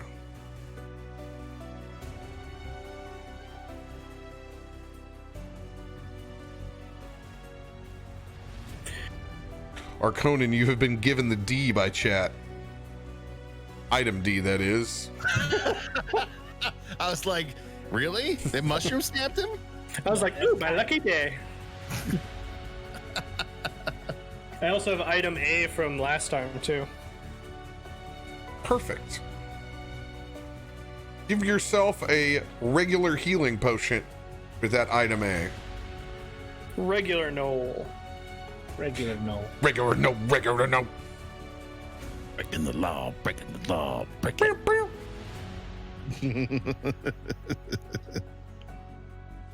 Thank you, chat, by the way.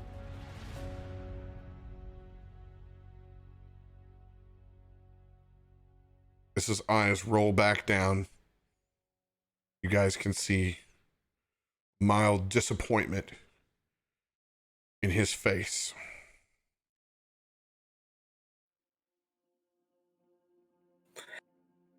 I was hoping I was going to have some information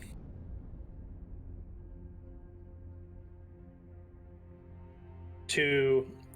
Hoping is a wrong word. I was thinking I would have some information to maybe contradict your dream, because I hate dreams. But I think you're right.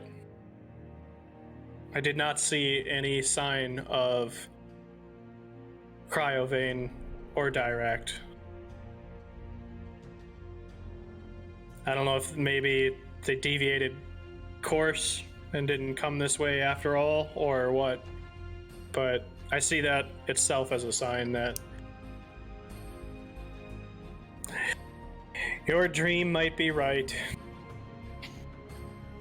Tormund's just gonna reach up, put his hand on Arcona's shoulder. So we trust in the old man. You know what he was doing. Now, we're gonna have to go back into those woods. Which means we're gonna need you and Eric again.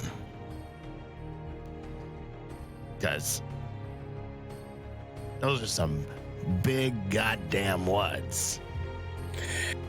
And I've got no clue what we're looking for. It's hundreds of square miles at a minimum. The lodge. We should start there. Gonna go back to the Falcon's Lodge? Ooh, maybe there's dead bodies. Something triggered something. And if you had a dream that is pointing you back into the forest, it is on the way to the Circle of Thunder, so you said that I should go back to the Circle of Thunder, and I should, well, figure out what the connection is. But that makes sense to me. If we're going to turn back.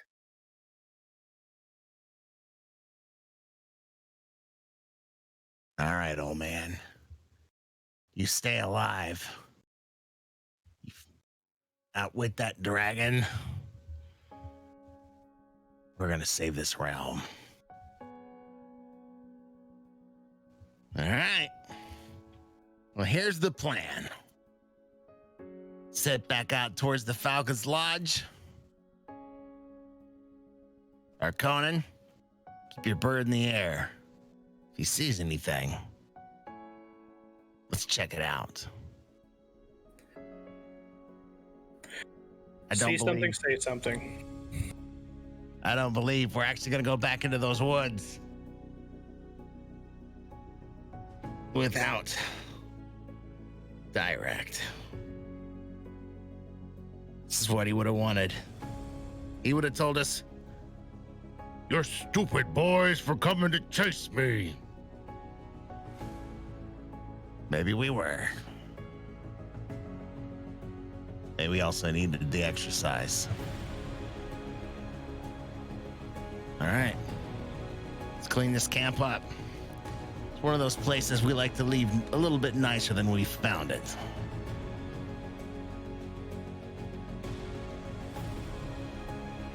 Tormund's gonna start breaking things down and cooling off the pans. I'll reach up to a thread that's real close to the face of the statue and just pluck it, and the whole thing unravels and comes apart. Just kind of, it looks like all the threads are gonna fall, but before they touch anything, they just wither away and disappear. Gale begins to pack up his stuff, and as he's like kind of rolling up his bedroll, he just kind of doesn't venture away from the group, but he just kind of takes a second, and he looks up and he looks over to the riverbed, to the creek, and he just kind of, that's what I was thinking, but thanks. And then he just continues.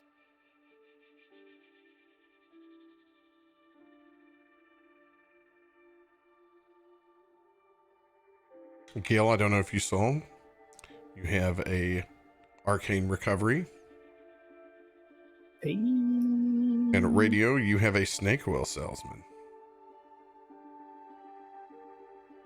Did you guys finish up packing up camp?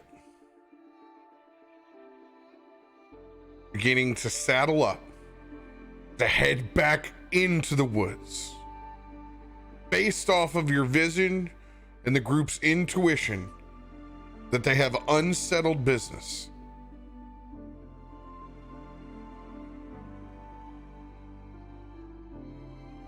Tormund, I need you to roll a dexterity saving throw.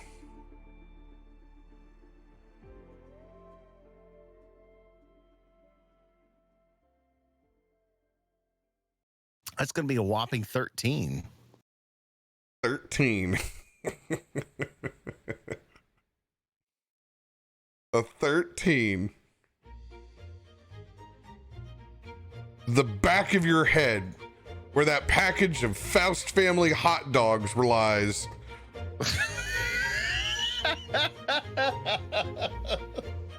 A hot, steamy roll thrown with a line drive smokes you in the back of the head. What the hell is that?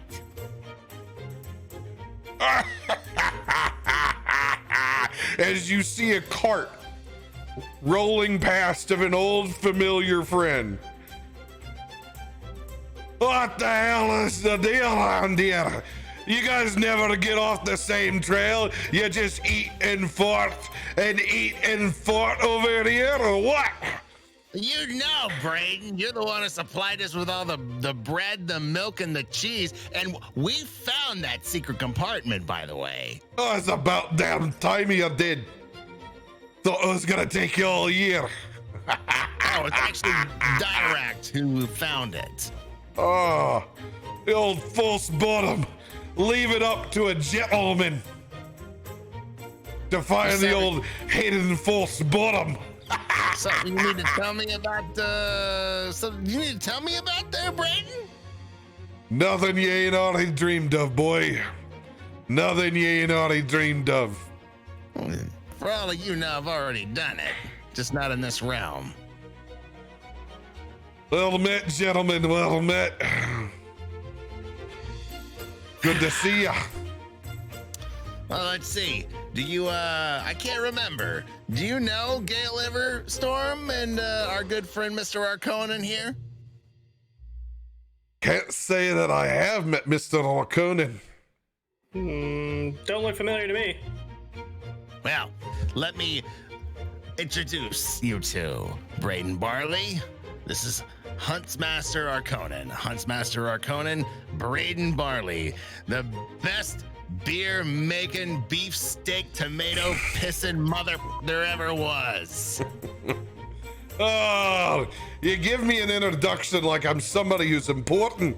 And I shake her hand, I give you a nice firm handshake. And you can see it's a massive man. He's got the build of Refrigerator Perry, dressed as Friar Tuck. This is a massive, massive man. If you've ever had one of these gentlemen that seems to always equally have a smoker the size of himself that works in an Elks Lodge, a KC Hall, a Masonic Lodge, this guy seems to always be present where cooking is happening. He's 6'4", 6'5", easily towers over everyone. Could have possibly played for your favorite NFL team at some point in time. Long, thick mutton chops. He stares over at Gale. Oh, I can see what you've been hanging around the city, have you, Tormund? Look, hanging out over here with the upper crust. I didn't quite meet him in a city. We actually picked him up at the old Falcon's Hunting Lodge. Oh, I see. This is all making sense now. Well,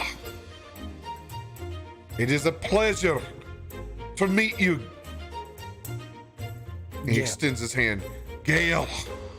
Ah, that's a strong name. I like it. You meet a handful of these city kids. They usually come in with nice little sophisticated, dandy little wonderful 3- and 4-piece names, and always ends with the end of the house. It's good to see. You seem to have forged your own path, even if you can spot you from a mile away. I am doing my best with my friends here. It is a pleasure to meet you. You are in great company. This shit brick house right here. They can run through walls for you. Yeah. It's the most I've smiled in days, my friend. Most I've smiled in days. And if he drinks enough of my beer, he'll run through plenty of maidens as well. You know, I've seen him. There's only one maiden who holds my heart. That's when I lean down in Gale's ear. Oh, the boys check out the shit. You should ask him about the Guildmaster. Oh, do I have a story to tell you later? I was there that night. What are you guys talking about? I'm talking about all your escapades in your sex life. Oh, Mr. Tormund. Oh, Mr. Tormund. What will I do with you? And just where is the old man? Well, that's another story. Gotcha. You put him in the retirement home already? You know that white dragon that's been plaguing these lands? Aye.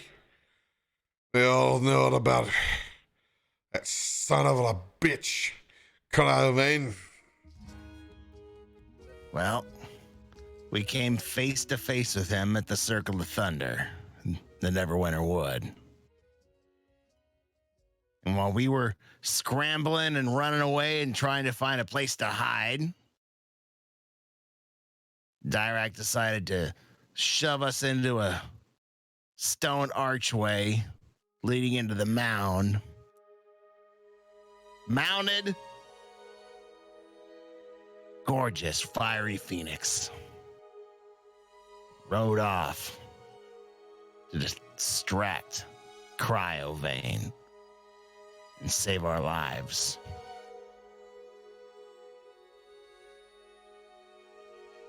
Only reason we're here is because of him.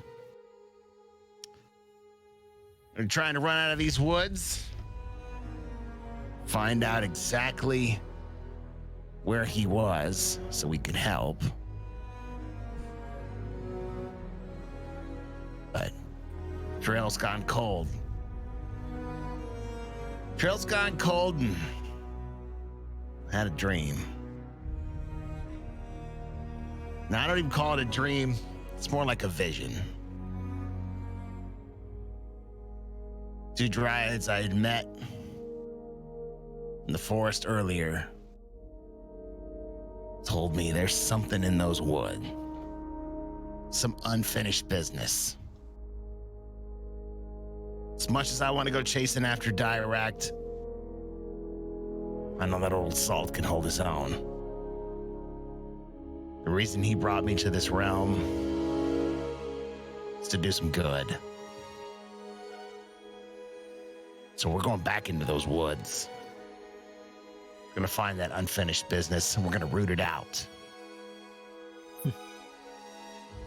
And then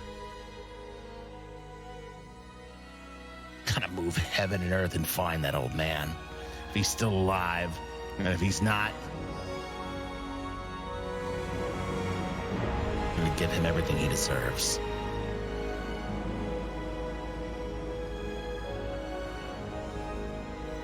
Well, it's settled then.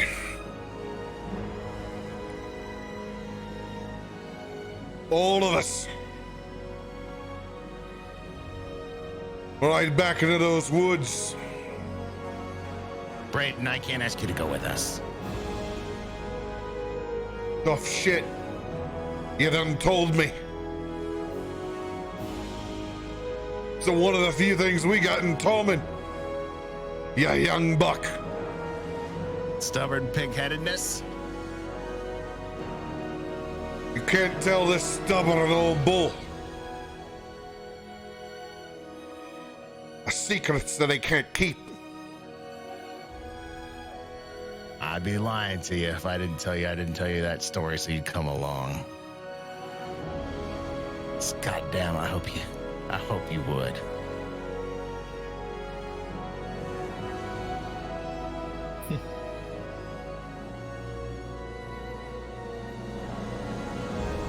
Tormund's gonna grab a hold of him and just squeeze him around the midsection.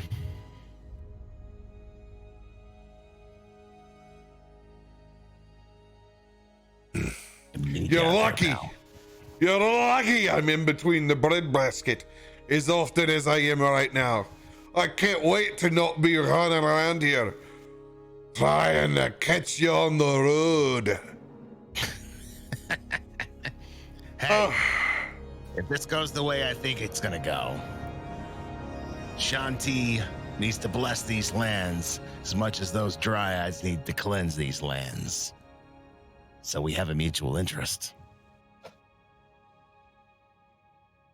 These dryads that you speak of are they the same as before? The ones who guarded the great tree? A Thunder Ruin. Yeah. Exactly the same ones. Speaking of Thunder Ruins,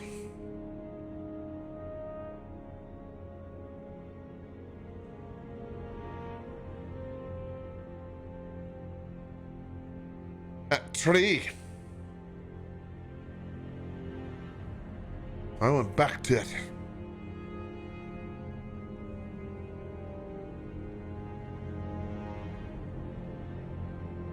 Well, I'm not gonna ask you what happened and transpired in that chamber that day.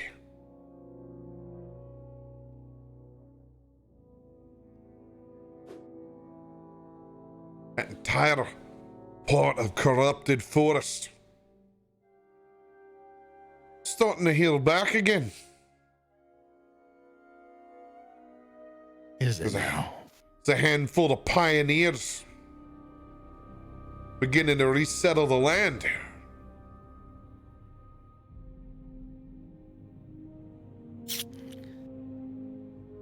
It's probably why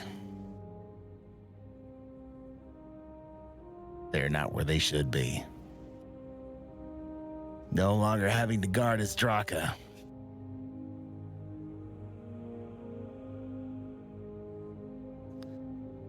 Issac told me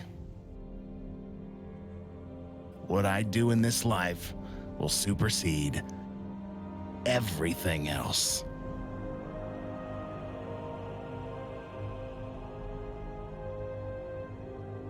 That's what he told me. Never got a chance to tell Dirakt that.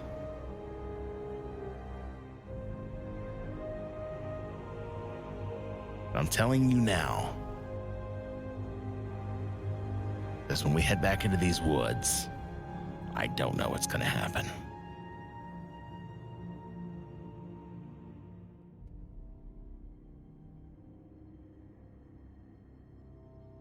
It's fine by me. The future is never guaranteed. But I am willing.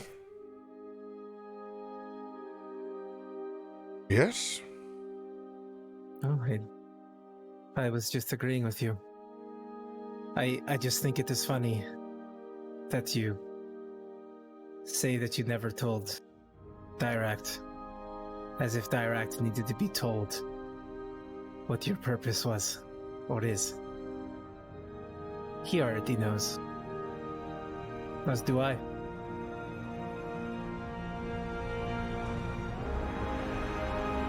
Aye. Well, let's stop sitting around sucking snot. And let's go find the old man, shall we?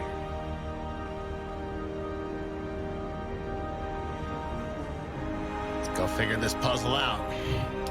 The great mystery of being an adventurer. But first, Tormund, if I taught you anything, you never start out a quest without a Sober? toast. Sorry. You're always one step too far, aren't you, boy? Or one step behind is what Mom would say. Tormund, if we're gonna have a proper quest, we're gonna need a proper pint. Tormund's already got his tankard in his hand. I mean, you gave me this. It's never too far away from my back. I feel like a proud papa. As I levy out equally large wooden mugs for both our Conan and Gale. About this size. There it is. That's what I'm talking about. That size. That swings from my pack at all times. Thank you, Carly and Short Nord. You're amazing. Brayton Barley the Bear.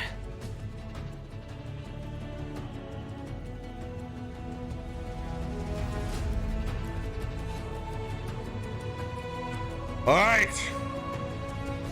Here's to fetching the old man. Into Tormund's new quest. All of our quests.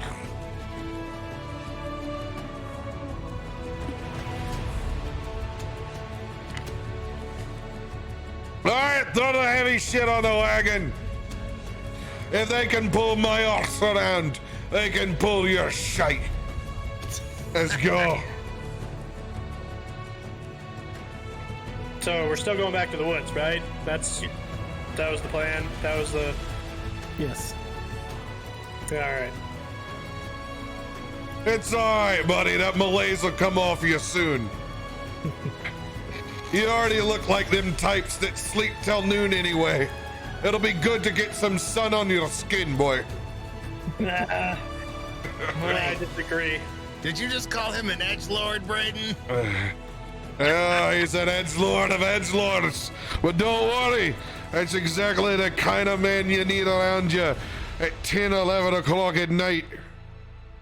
He'll be shining like the moon with 19 maidens around him. Yeah, they'll all be dead and resurrected from the never after. I have standards. There are some limits. You never know. Some folks are like that.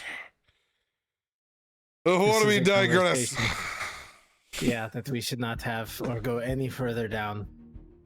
You're the one to talk, being from the city. You've seen people like your parents' friends pay for it. Yeah!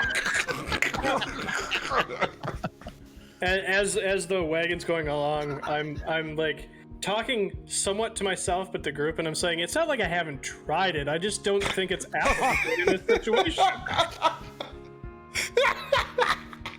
Come on, Ivan, let's go.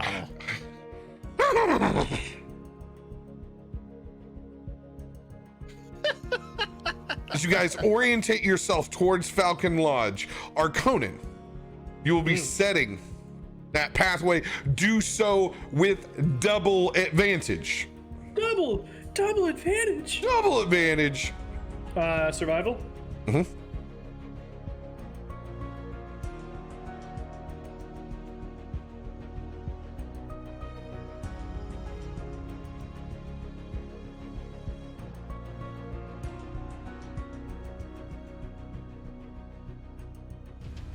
These guys roll forever. Even with double advantage, 15. 15. Yeah, I got a 9, a 15, and a 15. The dice just fucking spun. You got a 15 with your dice, but what's your survival modifier? No, that's the okay, total, with it, yeah. with the total. Gotcha.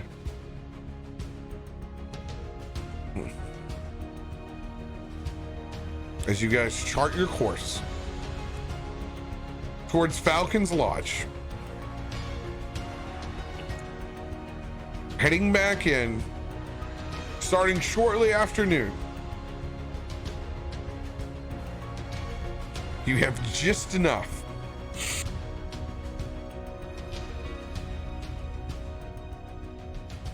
the DC was a 15. Just Well enough. done. Well done. Oh my god, on double advantage. It's like one of those things where you're driving with your friend, you know, and they're talking to you, or they're getting really excited about their story, and then they're just like, left here, left, right there, left, and then they just keep talking like nothing happened, like they just didn't make you panic like a crazy person. That's the directions I'm giving. I was just like, no, northeast. Why are we doing this? We got to go northeast. I told you that. And then I just keep going with like whatever like story of you know what I do with dead people, not including necrophilia. Just trying to really dance around that subject as much as possible. You know, you necrotic types are all the same. But like, can you give me an example?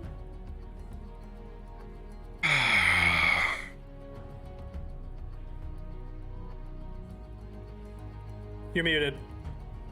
And he shakes his head and back and forth. You just don't let anything ever be finished. There's so much more work to be done. It's like nature, though. Look, we don't have the circle of life and the predation and the prey. It returns the soul, the spirit back down into the ground to recirculate back and again. You're always meddling with the timeline. I mean, I don't think they have a soul per se. I let that go where it may. Not when I bring them back. They have a soul. Gordon! Every time I take a sip of this brew, I'm drinking the souls of a fine harvest. Both the wheat themselves and the farmers who cultivated it. It's a symbiosis. Since the beginning of the ancient times, that man rose up to cultivate this land and take the wilds back into his reigns. As I understand, you see, Arconin, I can relate with you from one simple thing. As he leans down and he gets uncomfortably close to your face, like my father does, with no situational awareness to anyone else. That real sour, like early in the morning, I've been drinking all night breath. The natural thing for him. I don't like leaving the bars either when they tell me they're closed. so I know what it's like. He takes his hand and sets it on your shoulder, and he pulls it up. When you want to take one of the threads in the sweater and pull it a little bit. I understand.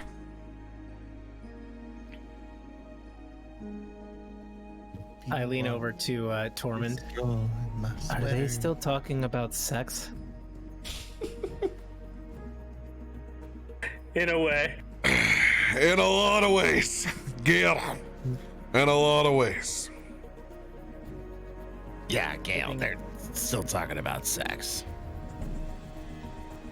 And self-destruction. You realize you're gonna have to do that if you want this planet to keep going around. You can't be a virgin forever, Gale. Ah! Wait, hold on. You didn't tell me you're a virgin. I didn't tell him I was a virgin either. Wait. Gale! You came all the way out to the hunting lodge, and you haven't got a good piece of...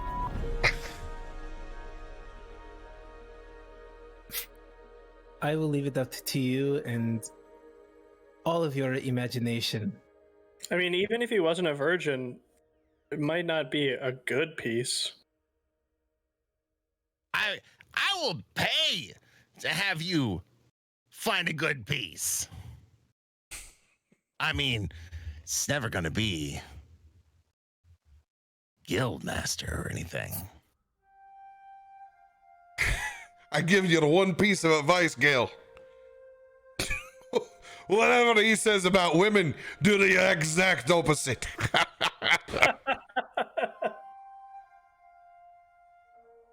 You make fun of me, Brayden, but that's love right there.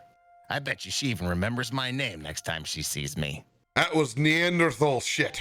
That's what I saw that night. Ah, that was barbarian shit you saw that night. Well, it is true. And she was the barbarian. Oh, that was so good. The things you can't forget. I think you all have it a little bit wrong.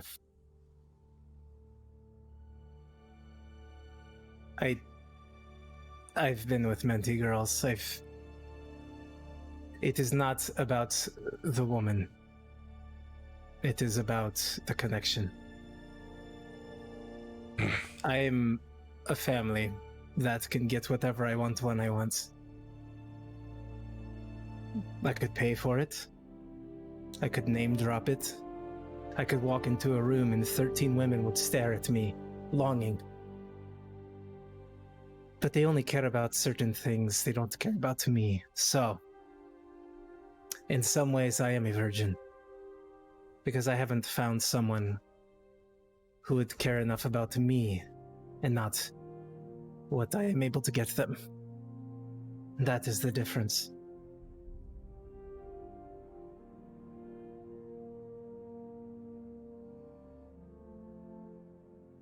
You shut the old man up and put a big smile on his face. He just sits back and listens.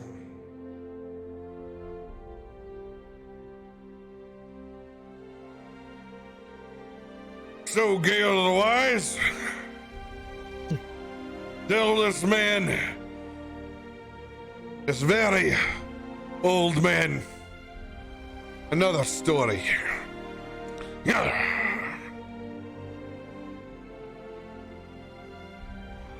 As the evening approaches,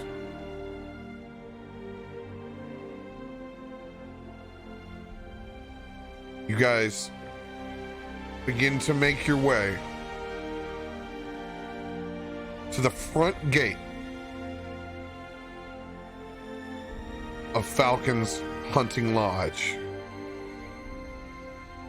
I'm gonna need everyone to roll perception checks.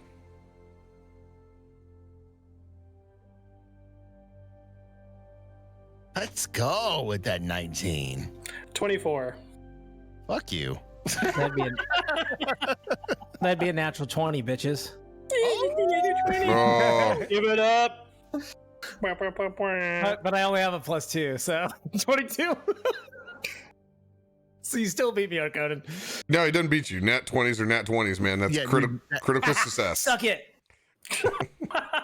You see everything, the cosmos, the future, the past. You can see all through coalescing time. before you. Our Conan's undead girlfriends. Oh. By the way, can we get some Nat 20s in chat, please? Well done.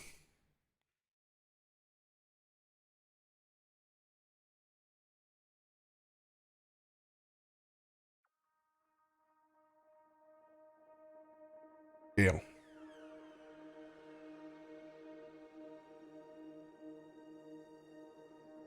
The first thing you get is the smell of sulfur.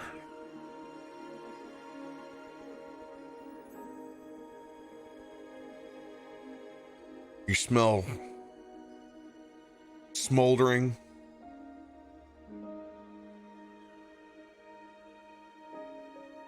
Burnt material.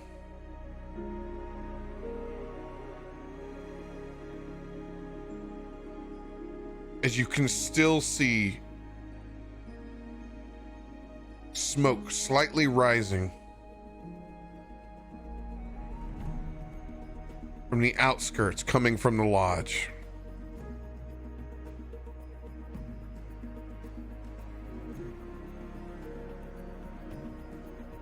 It's a heavy presence on your chest.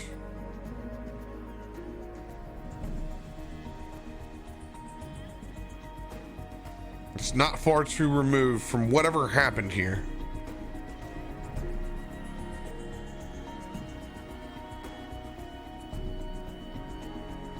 As you guys approach outside to that front bridge, as you stop the horses and the carts,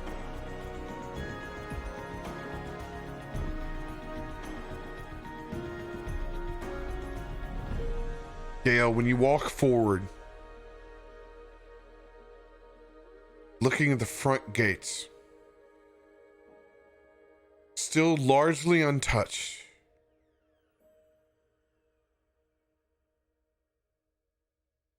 since the last time that you were here.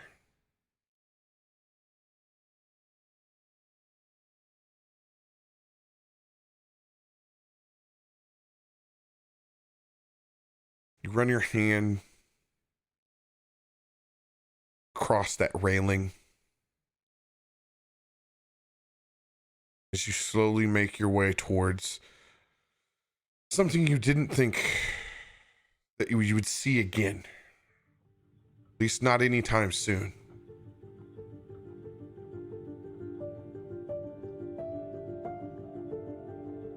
As you look up and you can still see the smoke rising, not sure what you're going to find past these front walls.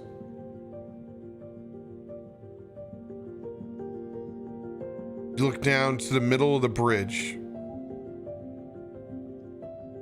and you see, unbelievably, unfettered, your house ring. Still there in the middle of that bridge since you first placed it there after taking your new name, somehow untouched by the wind and what transpired here.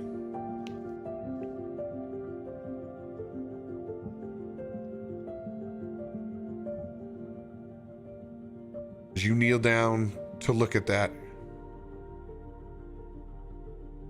scene is yours.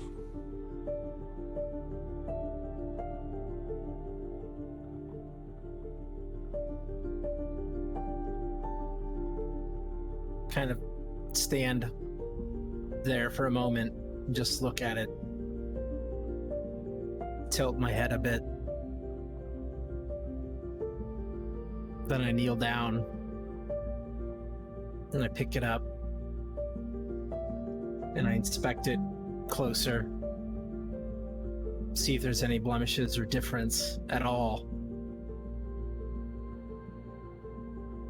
Not seeing any. And I look around the bridge at what was supposed to be the trap I had laid, and now all that seems to be here is this ring.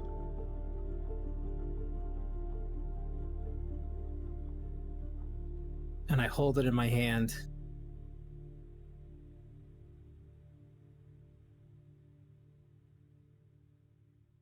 I think it is important that you never forget where you came from.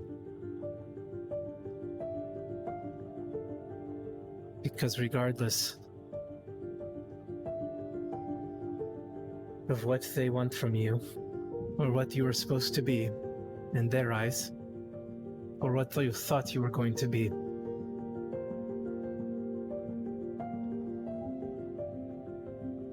you can be anything you want to be.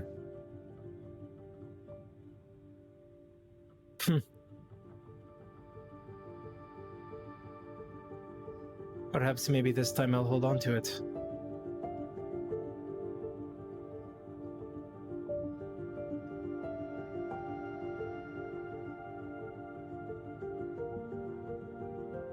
But why are you here? Still. After all of this, you find yourself untouched.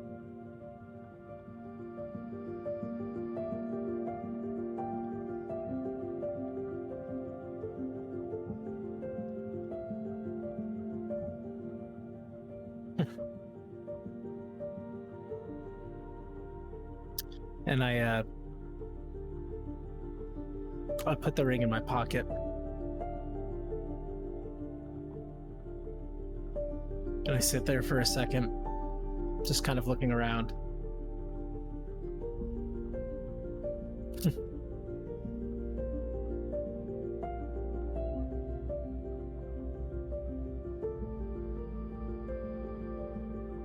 I should learn to be okay with where I come from. And what I've been through. Right, Tormund? It's part of becoming who you are. Dirakt taught me that.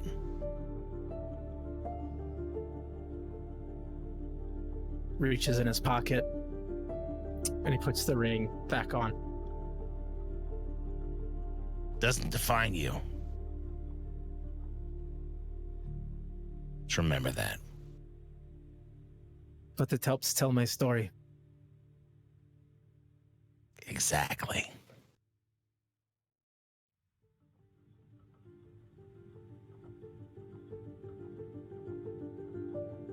Come on. Let's see if we can find Dirakt or whatever the fuck is going on.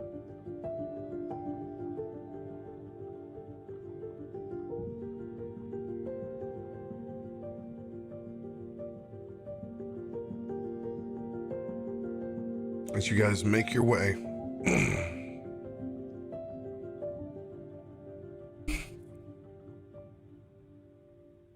through the front gates, Arconin,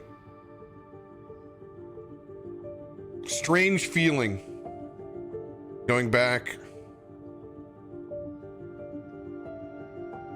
through the ladder and your fortifications of raising the gate, something you did every morning for so many years of your life.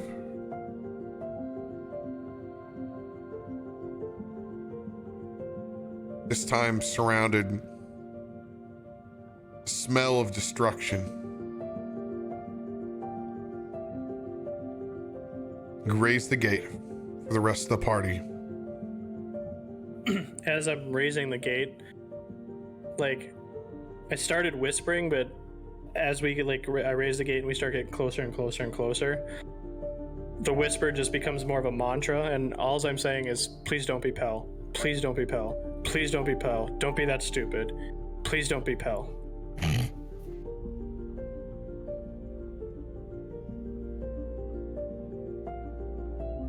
As you raise the gate,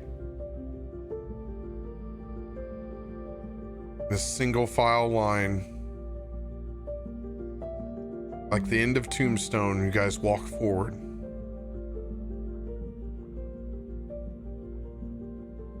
Into the courtyard, place where you first met. Waves of nostalgia run across your brain to the moments up on the annex. The first moments you shared enjoying a thunderstorm. The times inside the feast hall.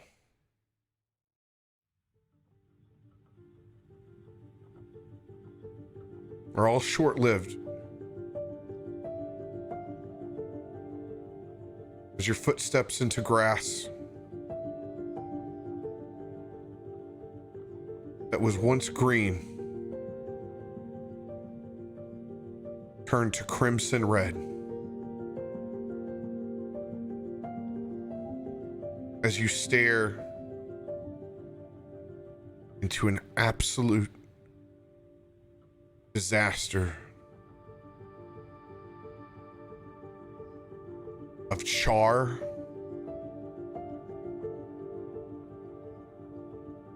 blood, burnt buildings. Gale, you look out and you can see all the plates that you aligned in hopes somehow aggregating the storm. Charred. As if they had been struck by lightning itself several times over.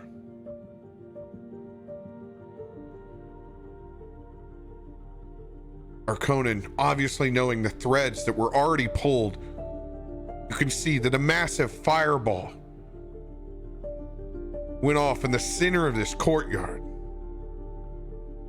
catching ablaze several of the buildings.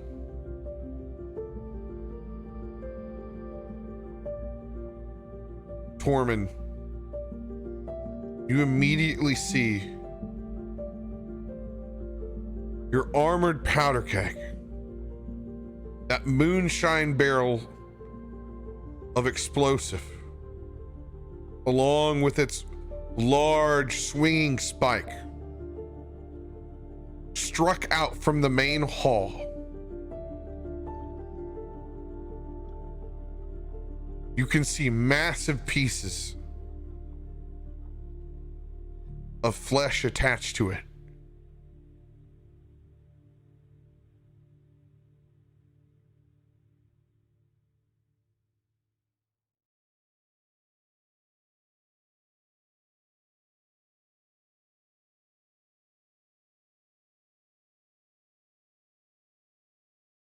And Can then I as you look out, Oh, go ahead.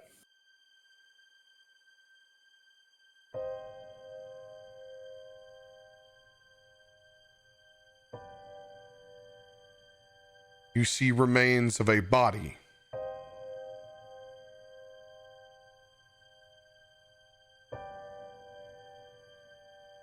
In that courtyard.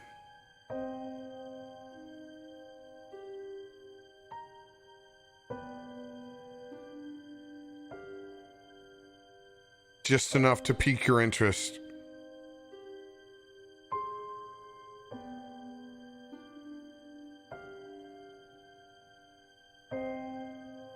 As you guys walk forward,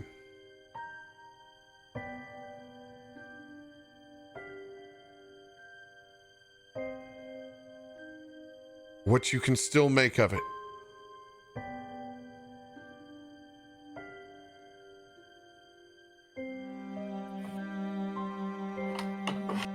The scales are black.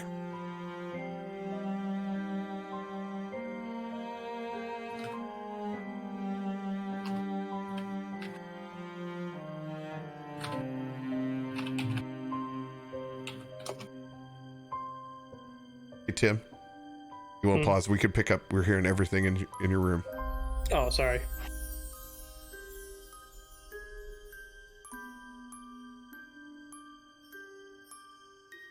You look up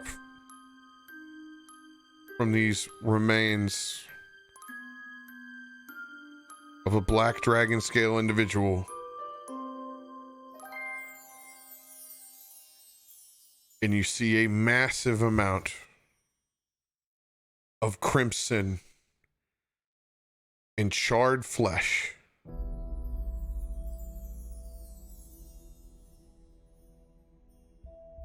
Hooked onto your trap, Tormund. As you look and see, it looks as if it's almost the entire chunk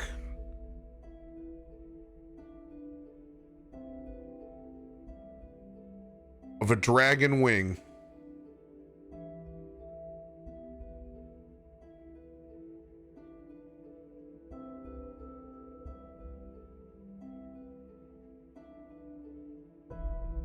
The fuck is that?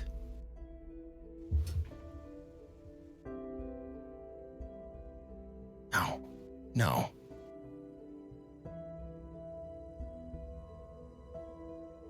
It can't be. You're not that stupid, old man.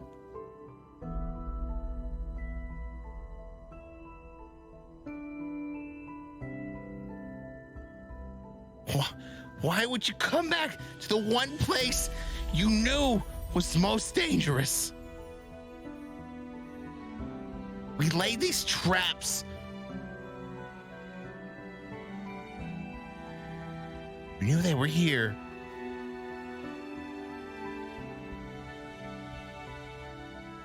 Are you telling me you led that fucking dragon all the way here so you could die?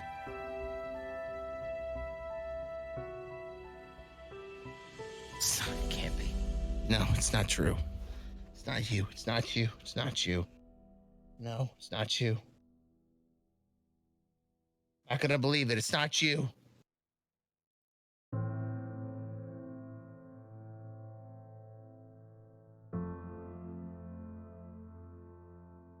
Why?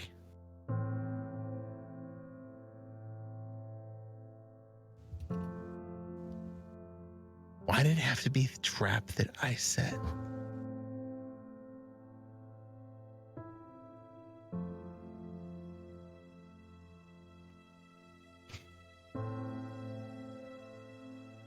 Yes, you thank me, old man. That's the way you went. It was the highest proof whiskey we could find. It's also some of the best stuff we had drank together.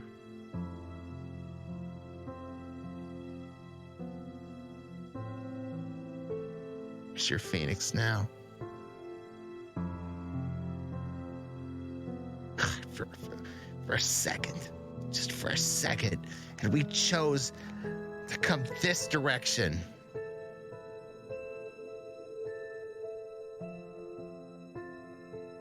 I'd have saved you. You could have been saved. You were always so stubborn. Damn it. Why? You knew this place was death.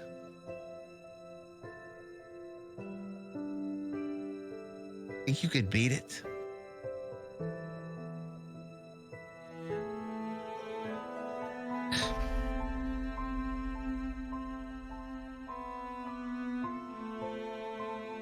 God damn it, Dirakt! I knew you were smarter than this!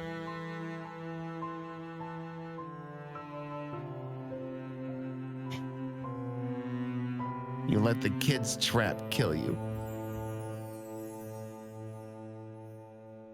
This is you. You look up. Your eyes fill with rage. The statue of the phoenix.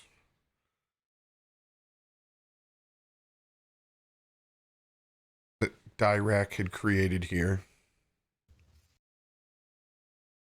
I'll repeat that for you guys since it blipped out. Can you hear me? Mm-hmm. Radio, can you still hear me? Yeah. Awesome. I'll wait just a second so chat can catch up so they don't miss out.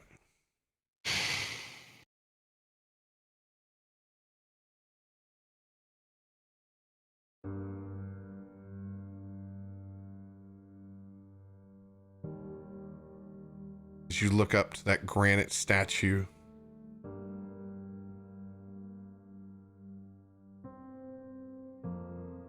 the phoenix, now with more than just ash on its forehead, that Dirakt put from the smoldering buildings.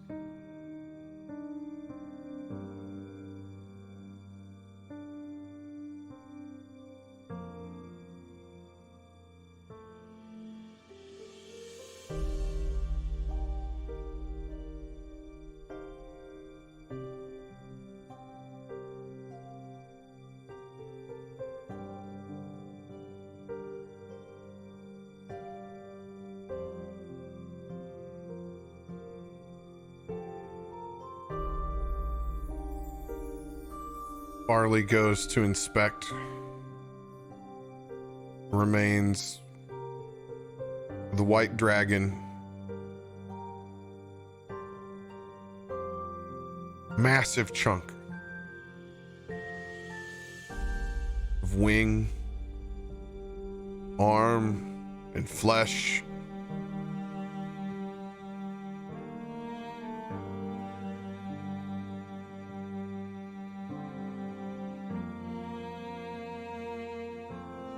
Gale, you inspect your plates, and you indeed see the markings of massive electrical damage.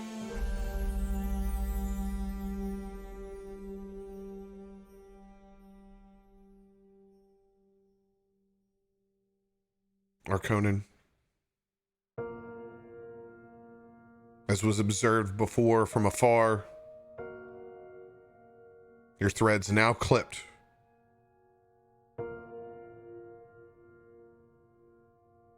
But seemingly the most important thread.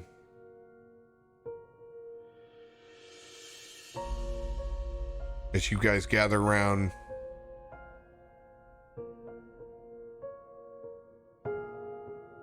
you can confirm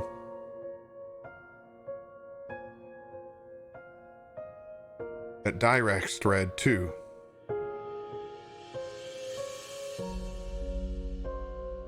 has finally been clipped.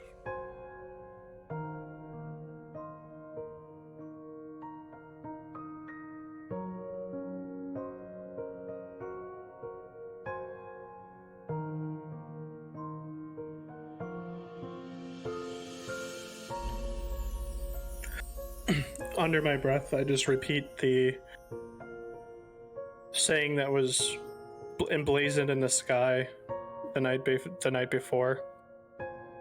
But all anyone here can hear is the last phrase of "pluck swiftly."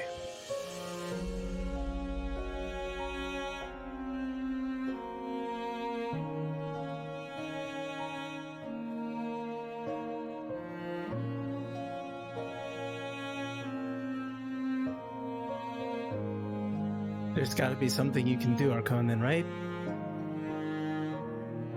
Make a prayer. Bring him back. Something? He can't bring him back.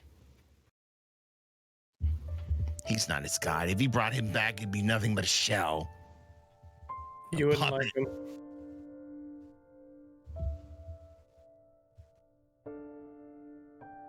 There's only one who could bring him back.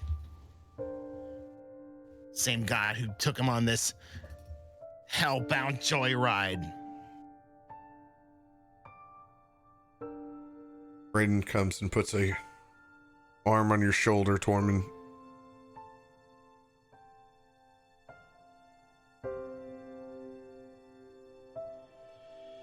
think the Phoenix could bring him back one more time, Braden?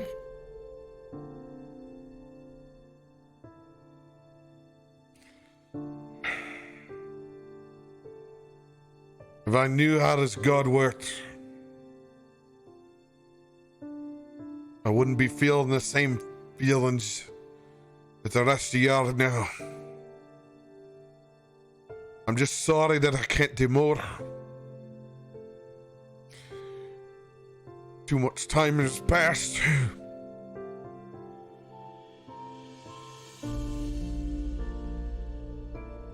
I'm sorry, Tormund. I can't help you today. I can't help you, Tormund.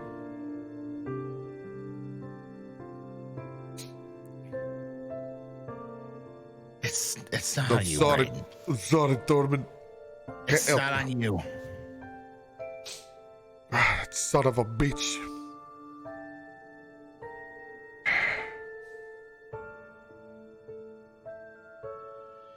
Somebody's gonna have to make it pay.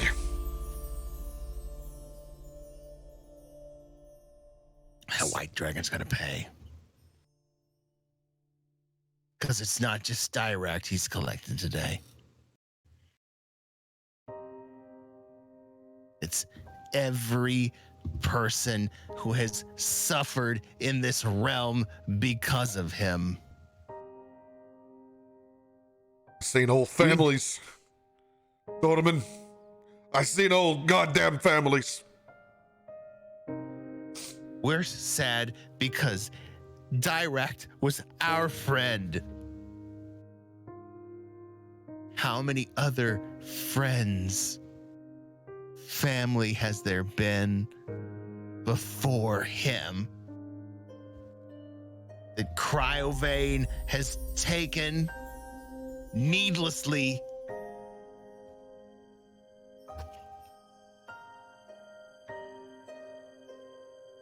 We can't bring Dirakt back. But it's not just because of Dirakt that we are out here. It's every family, it's every farmer, it's every person who has been affected by this goddamn White Dragon.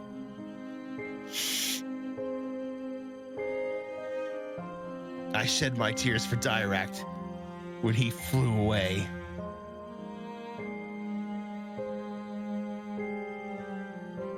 Now, these tears are for the rest of us.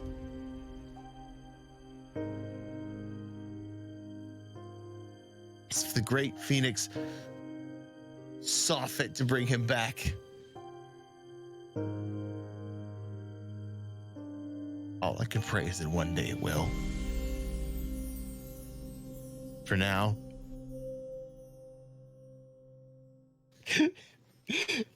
I'm just trying to explain how I'm going to tell my dad. If I ever see him again.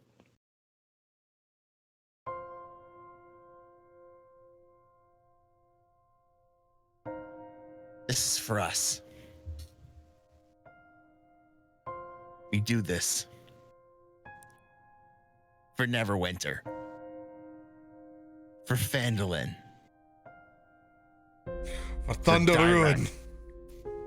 and everyone else.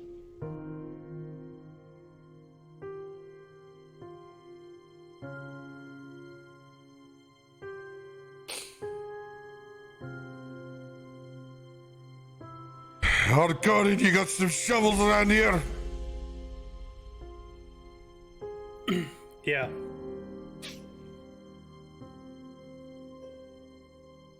And I'll go through the barn and collect shovels and pickaxes and what else I can find.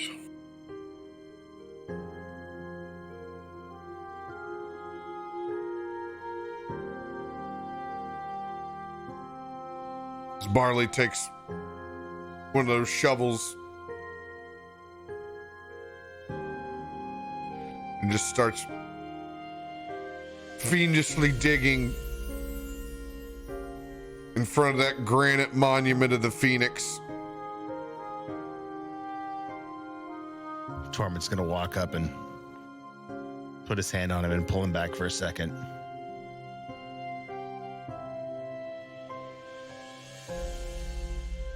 We'll do this together. He hears you, but he hits To do it bedrock. together. He hits the bedrock and he throws the shovel and he picks up the pickaxe and just starts hitting it 2-3 times before your hand on his shoulder makes him stop for a bit.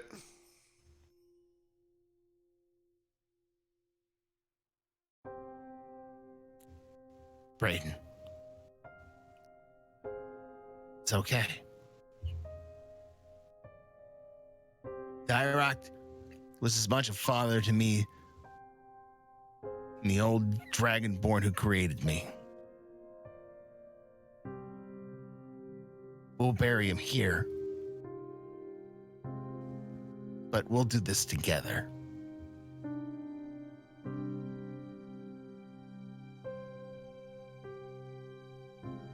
Anything can honor his memory. Be the people that cared about him the most at the end were the ones that laid him at the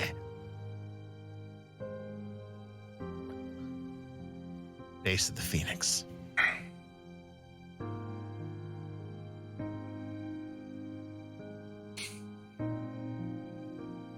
Right. All right then. So you boys get some shovels. Let's get this done while it's still daylight.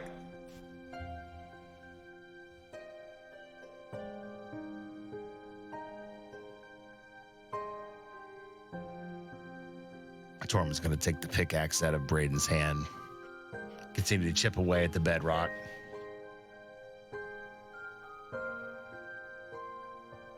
Eyes fixed not on the target he's swinging at, but at the Phoenix. Just swing after swing after swing. Gaze never changing.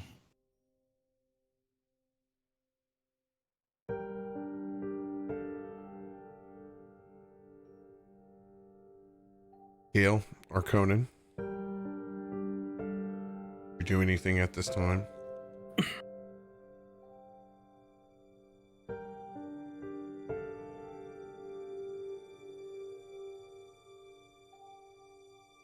I have been shoveling as best as I can with my very meager strength.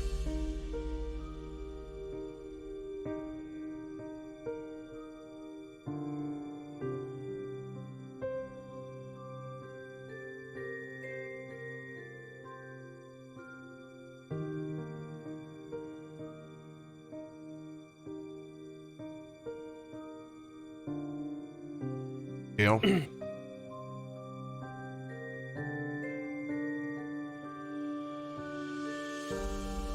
Gil just kind of... He just stands there.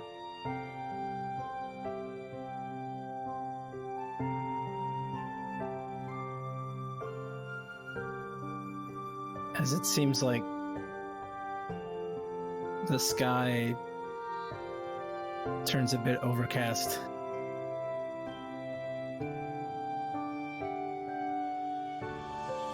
As it starts to sprinkle a bit around us.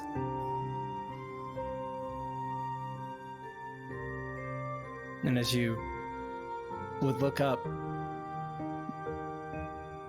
there's no bubble or shield to protect you. Because as it rains, so does Gale's eyes.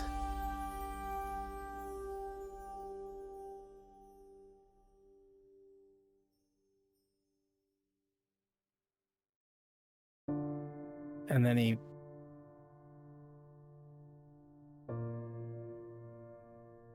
picks up a shovel and he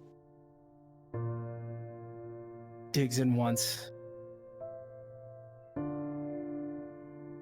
he lets go and he kicks the shovel and he walks away.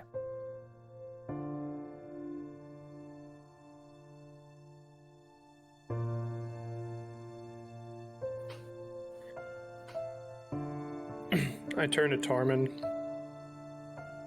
I say, I mean this in the most respect possible. Would you like me to collect him, or would you?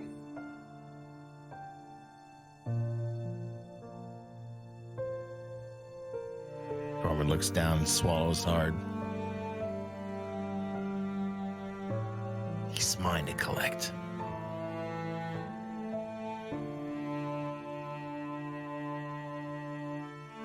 He tosses down the pickaxe he's been using. Goes over to where majority of the body was. Pauses.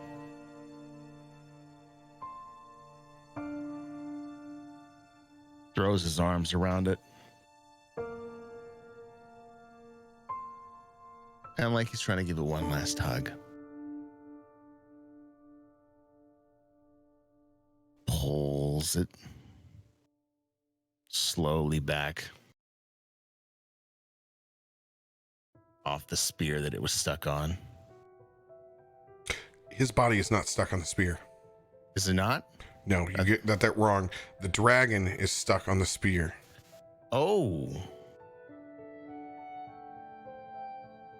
I see. I thought that the whole time that there was like this mass chunk of him that was still stuck on the spear. No, the mass chunk was the dragon. Where is he? Just pieces everywhere? Direct's remains are towards the center of the explosion.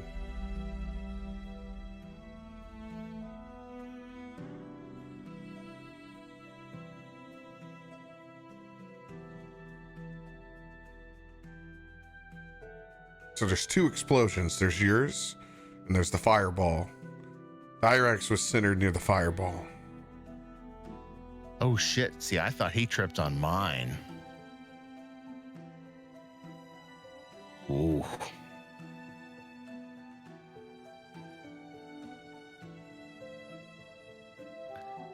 In this, in where I can see, is there any ornamental drapery? Is there anything that I could collect him with?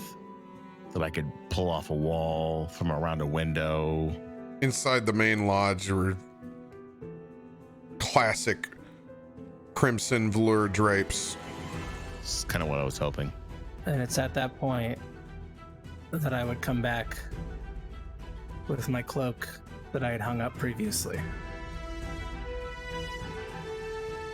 And I would walk up to you and not say anything, and I would just give it to you. Not even thinking about it the second time, he's just going to take it. Unfurl it out by the massive remains of Black Dragon scale. With both hands just grabbing each piece, setting it into the cloak. Larger piece, smaller piece.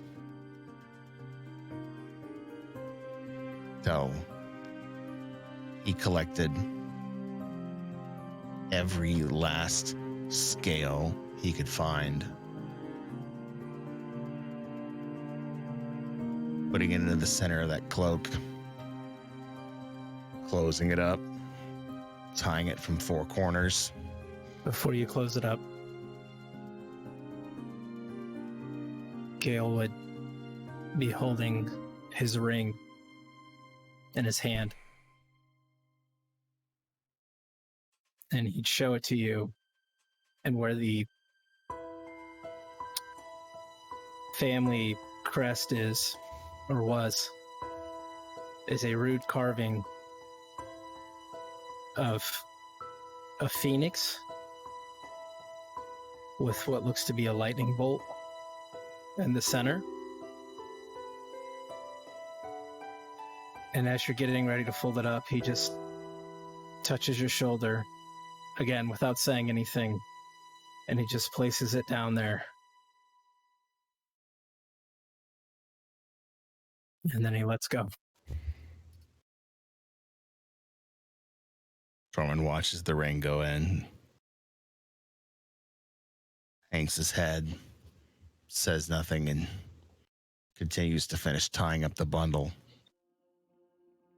Reaches underneath it with both his hands, cradles it to his chest.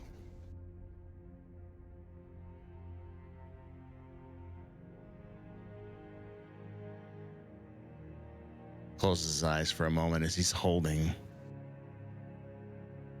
this bundle.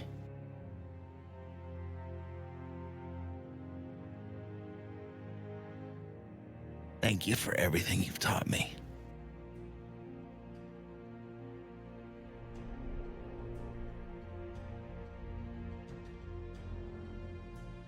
Your last words will echo in my head for an eternity.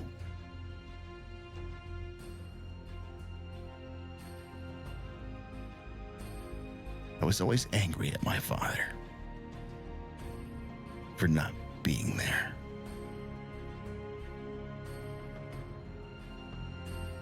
You set me free from that anger. And now it's directed towards another.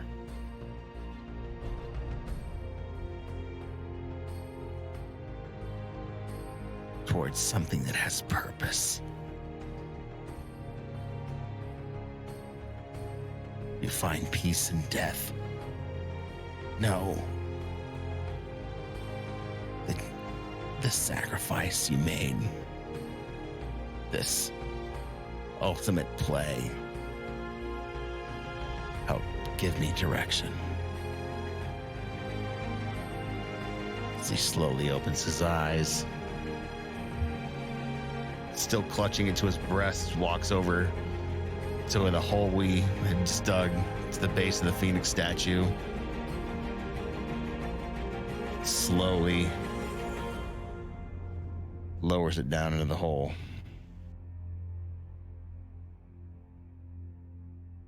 With his own hands, just starts to push in the dirt. Braden stops you. No. We don't fill it back in with dirt tonight.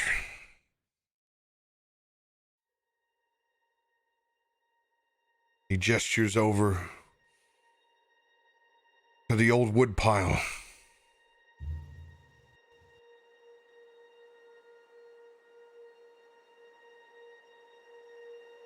Let that man walk one last time in this fire.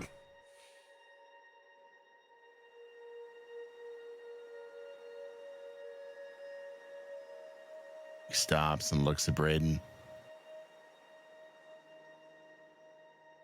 Send him to his Phoenix. Aye. And when that fire ends, we'll put the dirt back on top.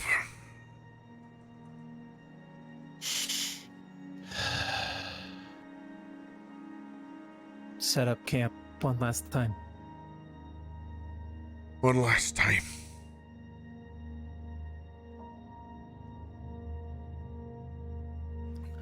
Just load this hole full of wood. You guys stack.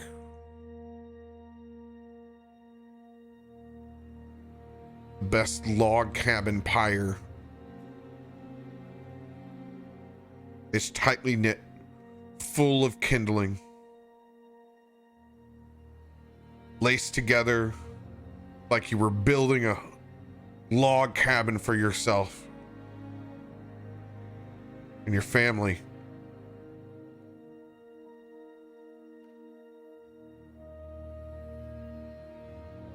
just as the sun is beginning to tuck itself back behind the horizon.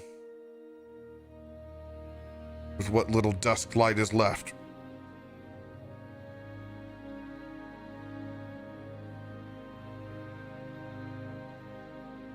Barley walks Tormund. up.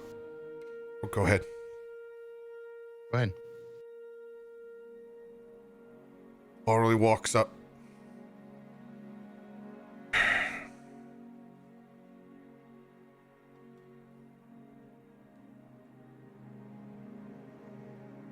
Dirakt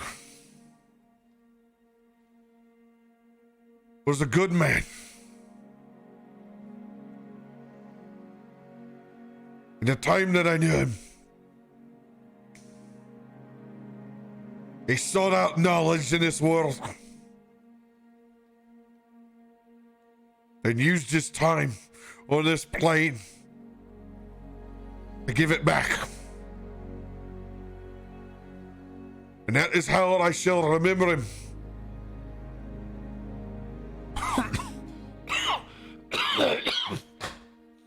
As a great teacher. One wise beyond his ways. A self-proclaimed man of many lives.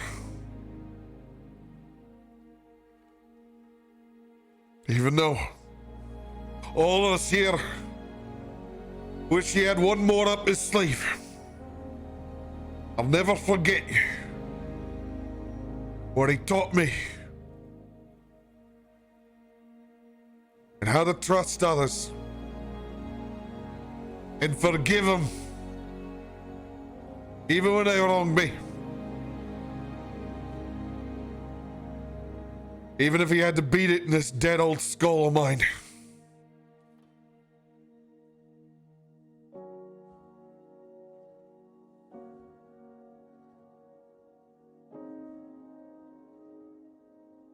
He grabs a handful of torches.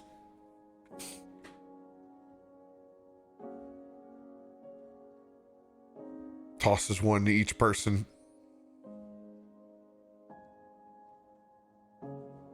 Takes the time to light them. Everybody's in single file.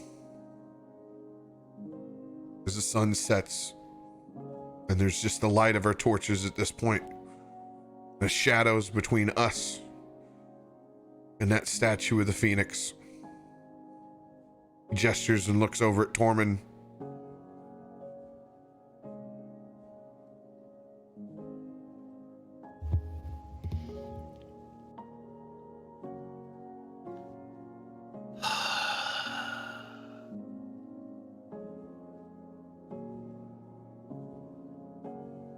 Oh, great phoenix of resurrection. We send you one of your most faithful, one of your most dedicated, someone who you saved, which to him meant more than anything. Accept him in this fire.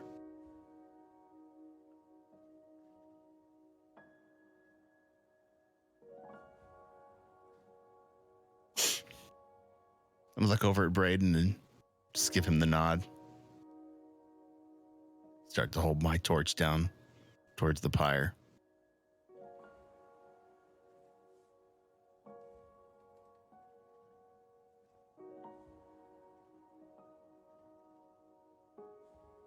Braden throws his in.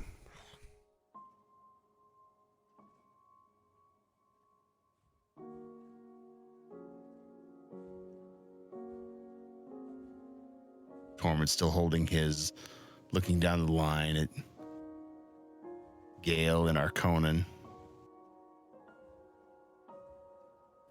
Arconan will step up. The entire time he's speaking, he's fixated on the flames in front of him of the torch. And he says, to my queen, mistress of winter, may you spare your judgment on this individual who has skipped your threads so many times before. And if and when his god decides to bring him back, may you skip your judgment again, and instead bring your wrath upon myself.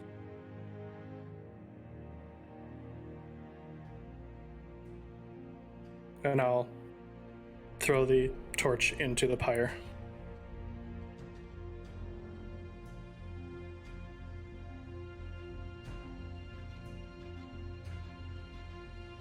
Gale walks up.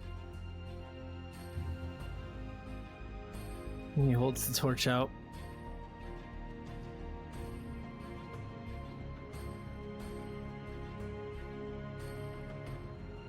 My mother used to tell me that the darkness holds no sway in the light.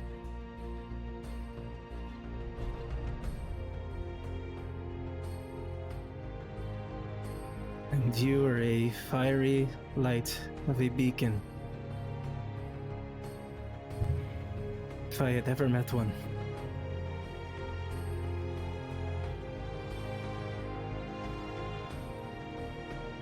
And it is the morning, the dawn of your next journey. Dirakt.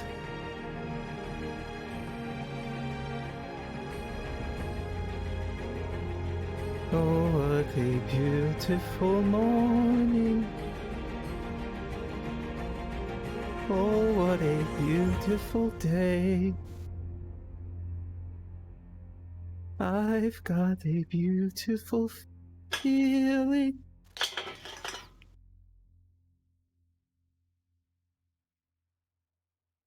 That you have found your way. And I toss the torch in.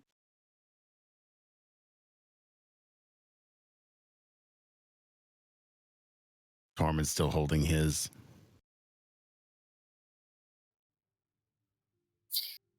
Looks at the fire starting to burn.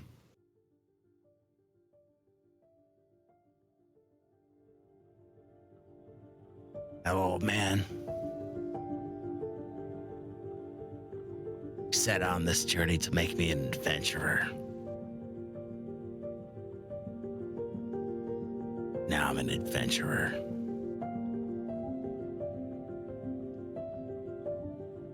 Who gets to send you off to your next? If Bahamut or the Phoenix accept you,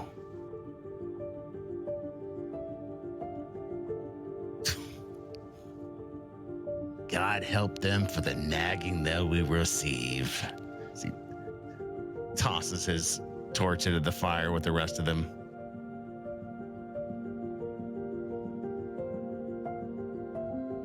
Just to watch the fire burn.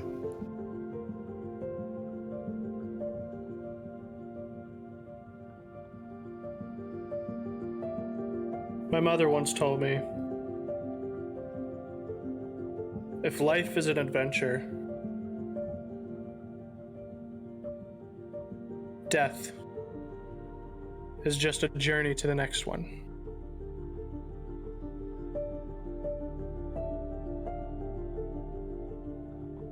Aye.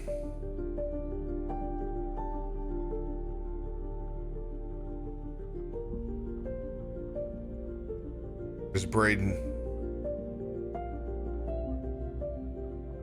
produces one of those fine bottles of hooch.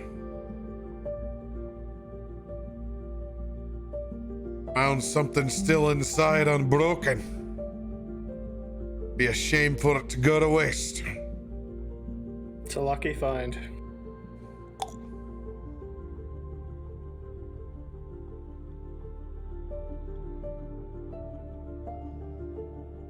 Pops the cork and hands it to Tormund first. Tormund takes it out of his hands. He's ready to hold it up to his mouth and goes, first sips for Dirakt. He pours a bit over the fire. It buries it into his face and just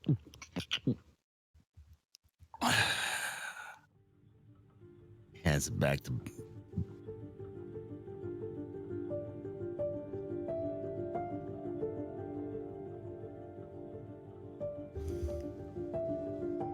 he always did like that hooch. He was an adventurer. He cherished the times with families and friends.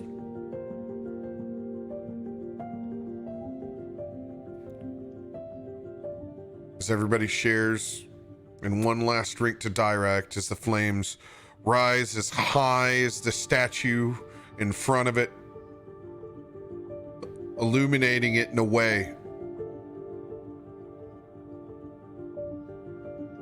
that Dirakt would appreciate so much.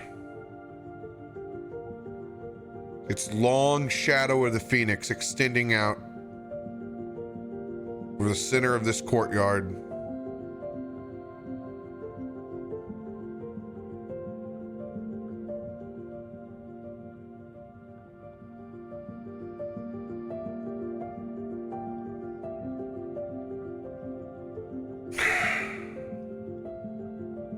Barley takes one last pull and hands the bottle to Tormund.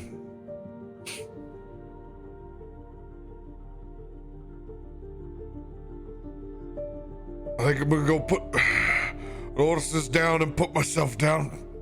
I think I've had enough for this evening. Gentlemen, I'll see you in the morning. I'll see you in the morning. Hey, Brayden. Thank you.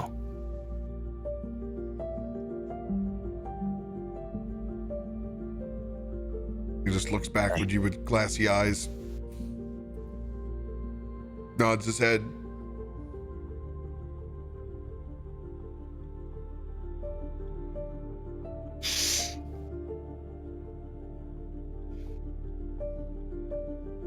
Well,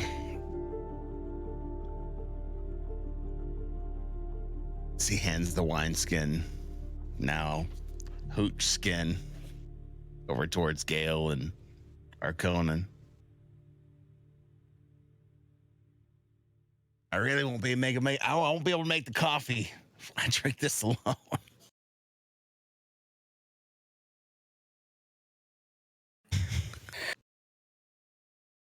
I think coffee's the least of our worries in the morning. If we keep drinking this. That's where you're wrong. Arconan, coffee is everything in the morning.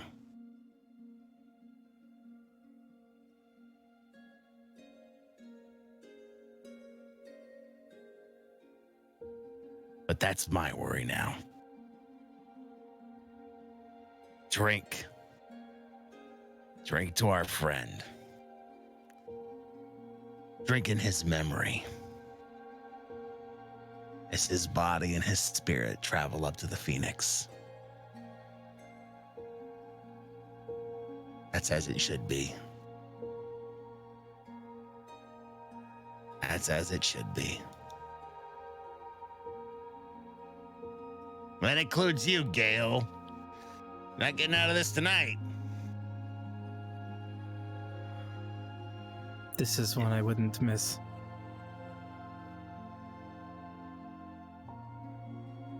We finish this. I know where the bar is. That's where we met the first time, Gale.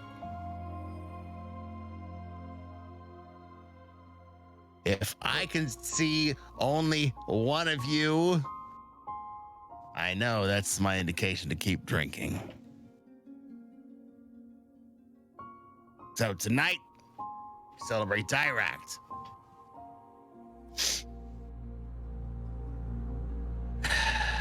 until we can't feel anything else.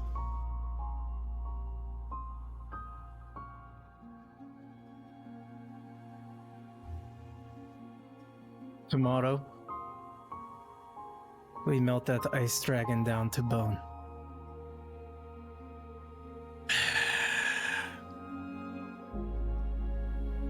I need some help.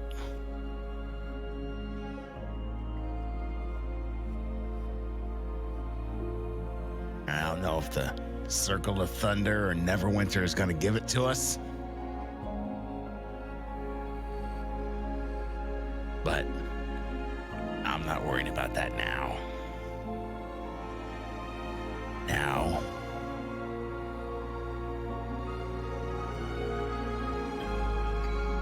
I'm remembering a friend,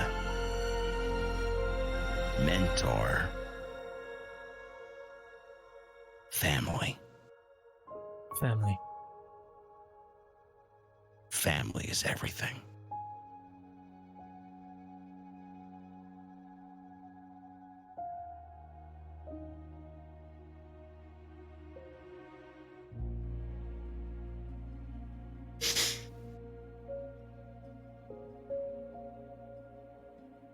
As you guys turn in,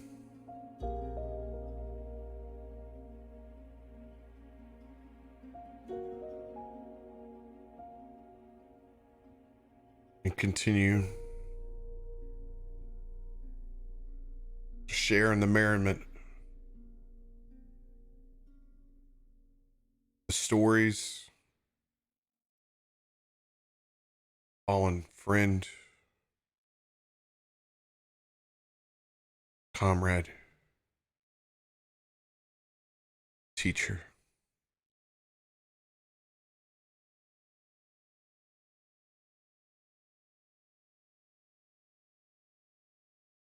Before sleep completely takes hold,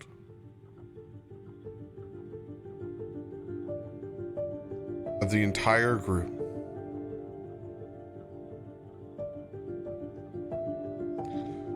Arranged in different positions of the main lodge hall where you first met and shared your first meal together.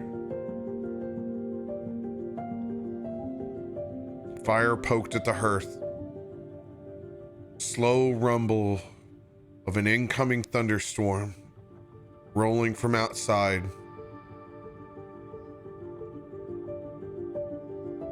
As the rain begins to fall.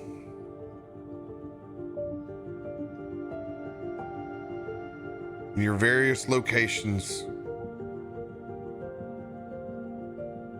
where you've laid down,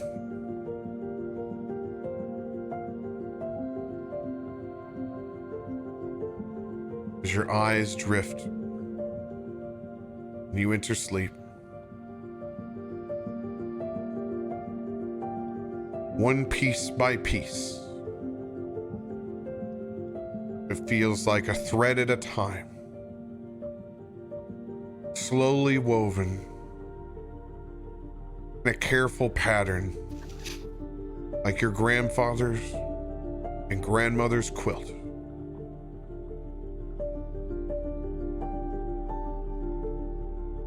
The warmth comes all over you in a relaxing sleep.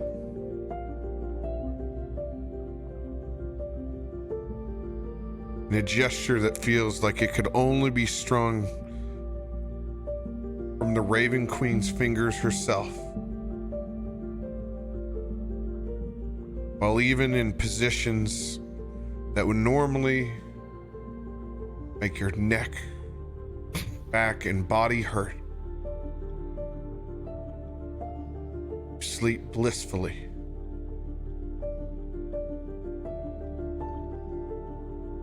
In a calm night of rest, free from being racked with visions of what ifs.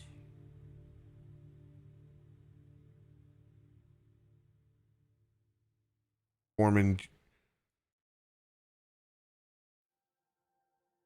you rise early in the morning, surprised from how much you've drank.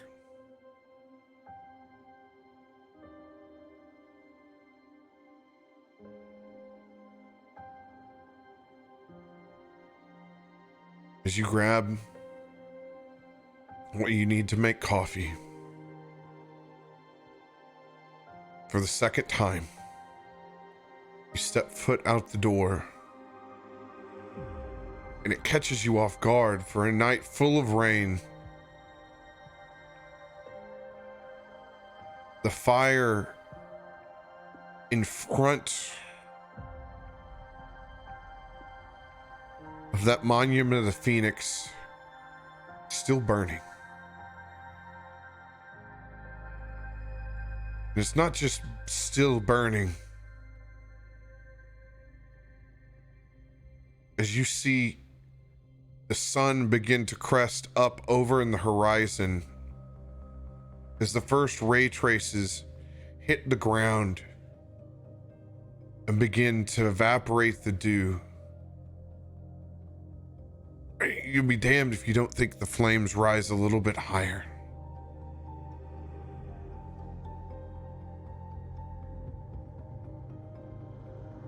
Puts a smile on your face for a second.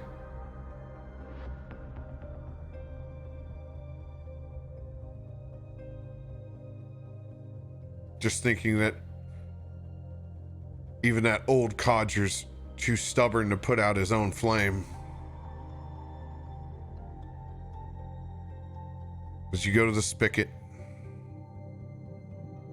and fill up your water, and turn and come back around.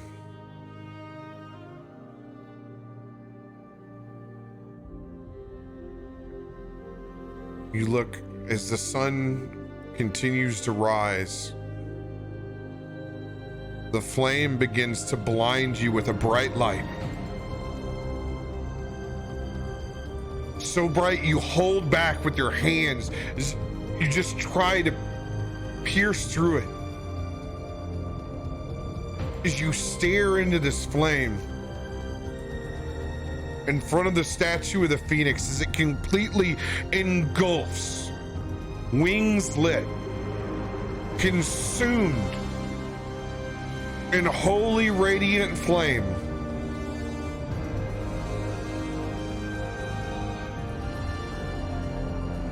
You stop squinting and you look, and you see the body of a dragonborn walk through the flames.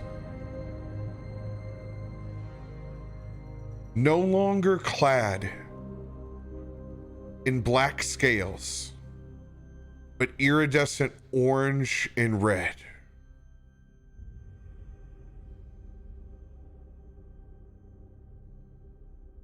I told you, Tormund, this was not for a funeral.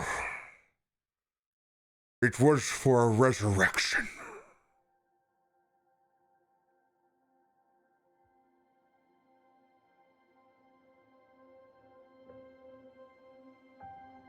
And that is where we will end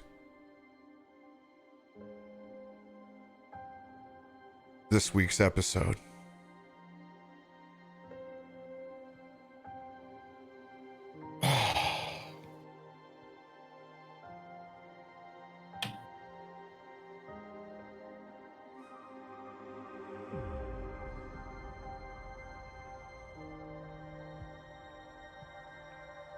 You motherfucker.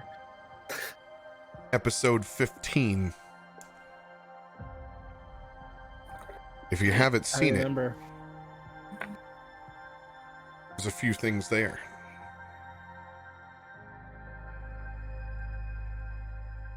Now, in true stay for a spell fashion,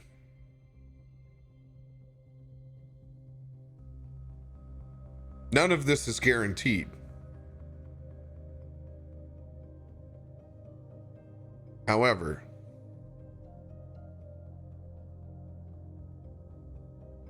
whenever the decision was made to push forward,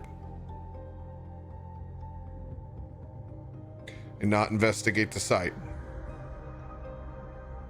To take the longer road.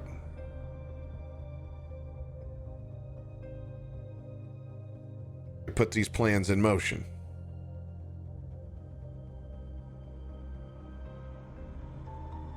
How things would have sorted? Well, we would have had combat tonight.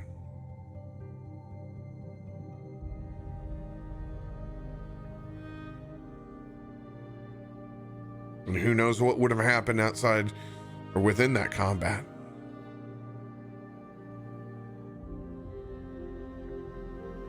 Are you telling me Dirakt laid a totem of resurrection at that lodge, use it as a fallback? And I told you about it. I need to start fucking labeling these. I need better labeling on my notes. There's no reason. All you asked was, what are you doing? What are you making a grave for? What are you making whose funeral is it? Said it was for a resurrection. No indication of what that would mean later on. Radio looks beat. I'm fucking beat. I just had my own funeral. To cry at my own funeral. You don't get to do that in real life. You don't have to do that shit in real life. You get to peace out from that roller coaster. Dude, outbound 100%. God. Oh. Dirakt with a Phoenix, and I did not know this at the time. I took the gamble. I didn't even look at the cards. Phoenix has a faster flying speed than White Dragon. Actually, by a significant clip. Huh. 140 feet on a real Phoenix. To what? The dragon's what? 90? 90? I think 80. Yeah, I think 80. it's 80. I was gonna say 80 because I just had fucking Bahamut's card up last night. If not slower. Because he's a White Dragon. Just adult. And he brought him back to the one place where he could have a one-man last stand. Direkt used Witch Bolt. Used your plates, Gale. He baited Cryovain into your trap, Radio. And as he was stuck on your spike, Direkt unleashed the fireball. Yes. Damn it.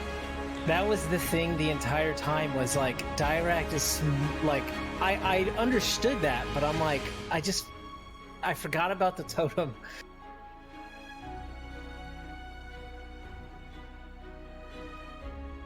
And a very, very wounded and beaten Cryovain has pulled himself from that spike. He is doing what all dragons do when they are confused and hurt. They are going home.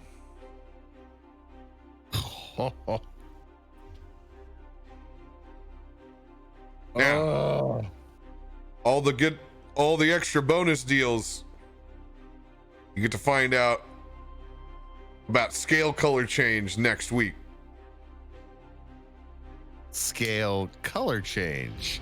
I'm curious on why we came out a different color. No longer Same. black. Iridescent red and oranges of the Phoenix.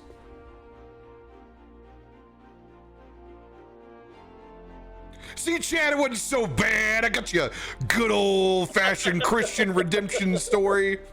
You're all field training, and I'm like, and then you gave it to us, and I was just a passenger on your train.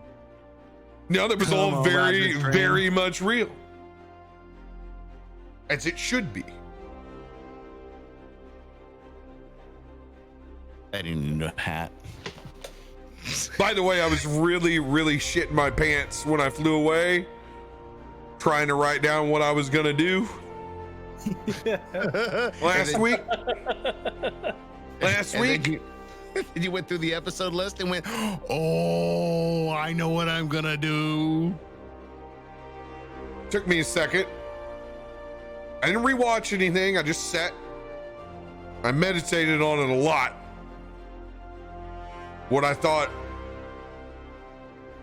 was going to be the right thing to do past him trying to go back to his lair or whatever. I don't know what he was going to do. Try to get him away from you. But then, yeah, what would Dirakt do? What has he done? He's got the ace in the sleeve. I was fucking right. I was right. I knew he had a foxhole somewhere. I just didn't know that I knew the fox. You knew the foxhole the whole time. The question is, RoBear, did the final answer come to you today just before stream, like every good DM? Pretty sure it came halfway through the forest. Oh, this would be a great idea. Yeah, you see a fireball. About 2 p.m. Yeah. About 2 p.m. About Like 2. all good DMs, we either procrastinate like crazy and then it comes to us last minute, or we dwell on it so much that we're just like, we go blank until like 5 minutes before the session. Yeah. About 2 p.m. It came pretty clear. But also, you got to have the avenues. Like, that's an avenue. Oh, yeah. It's an avenue. Yeah, like if we would have went towards the lodge at the beginning. If you go we to would've been lodge at the fighting beginning, yeah, then we enter combat, and then possibly you see Dirakt die in person. He doesn't die. You fight together. You go there without resting. We all die. You're not all gonna die. You're more powerful than what you think. Not all gonna die. There would be a classic JRPG scenario where, much what like Dirakt did himself, heavily wounding Cryovain, that there's a retreat for him, that there's a point of no return, that he goes back to his lair from that conflict. He doesn't stay until he's beaten.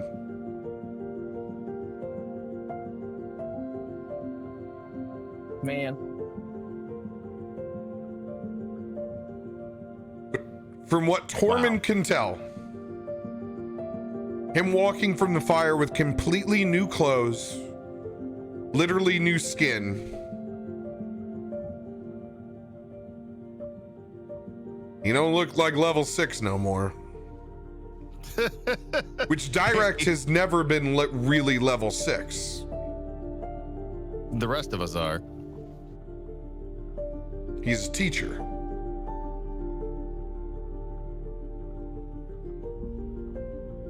So, next week, we have a little bit to unbox. Oh, dude, get out of here. We got a lot to unbox.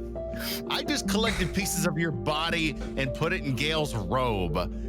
Put it on the ground. and Is set my fire ring to it. inside of Dirakt right now? No, Is it actually- just like floating around in there? Well, I'm not going to talk about it. I'm going to save it for next week. And that right there is Let's why save you it need for to next be week. here next week. Same bat time, same bat channel. New bat time Oh, same for tonight. for tonight, starting tonight. Next week. I can promise everyone in the community that tomorrow night will be very 80s synth and level 5 adventurer bound. Gonna need another 12 pack. Just get a keg at this point. Just Dude, I need one. pop the tap and I need an investment in a kegerator. Oh so my god. I don't have the issue where it's like slow motion. My foot knocks over the pyramid of 6 cans, which topples the next 6 cans, and I go, oops. Yeah. Locky, very Gandalf the Grey turns Gandalf the White, meets Aslan. It was very fitting that it happened in a week where Radio was reading to his daughter, or actually they watched the movie first. So They got to see the resurrection of Aslan. Yes, on that we have finished the Magician's Nephew, and we are into the 5th chapter of Witch in the Wardrobe, where everything is actually starting to transpire, and they're all starting to go into Narnia. She told me last night as I was reading to her, she says, Dada, I think I like the Magician's Nephew the best. Get out of here! Well, I mean, honestly, we're 1 book out of 7, and we just started Lion Witch in the Wardrobe. Okay. She's seen the movie, so she knows how it ends. Oh yeah. It's for her. It's all about whenever the lion comes into it. It's just like, oh, like the rest of the characters. She knows Polly. She knows Diggory. She knows Lucy. She knows Peter. She knows everybody. But for her, it's all about the lion. yep. I'm telling you right now, I am raising a future D&D god. Yeah. There is no doubt in my mind. Yeah. If you want to filter down the rest of the books that you read as a child, so I can read them to QP and help educate the next great DM of the world, you just file them towards me. And with those powers, this group will take Cryovain head on. Knowing that he's hurt, let's go. Let's go. Next week. God. Thank you guys for coming along with the journey with us. As always, you guys are amazing. Continue to be good to each other. Wash your damn hands, but most importantly this week, Love one another. hug and love one another. That's what I'm talking about. We'll see you Hey, guys guys. next week. Can't be with the one you love. Love the one you with. It's a terrible song. Shut up. I mean, it's a terrible message, not a terrible song.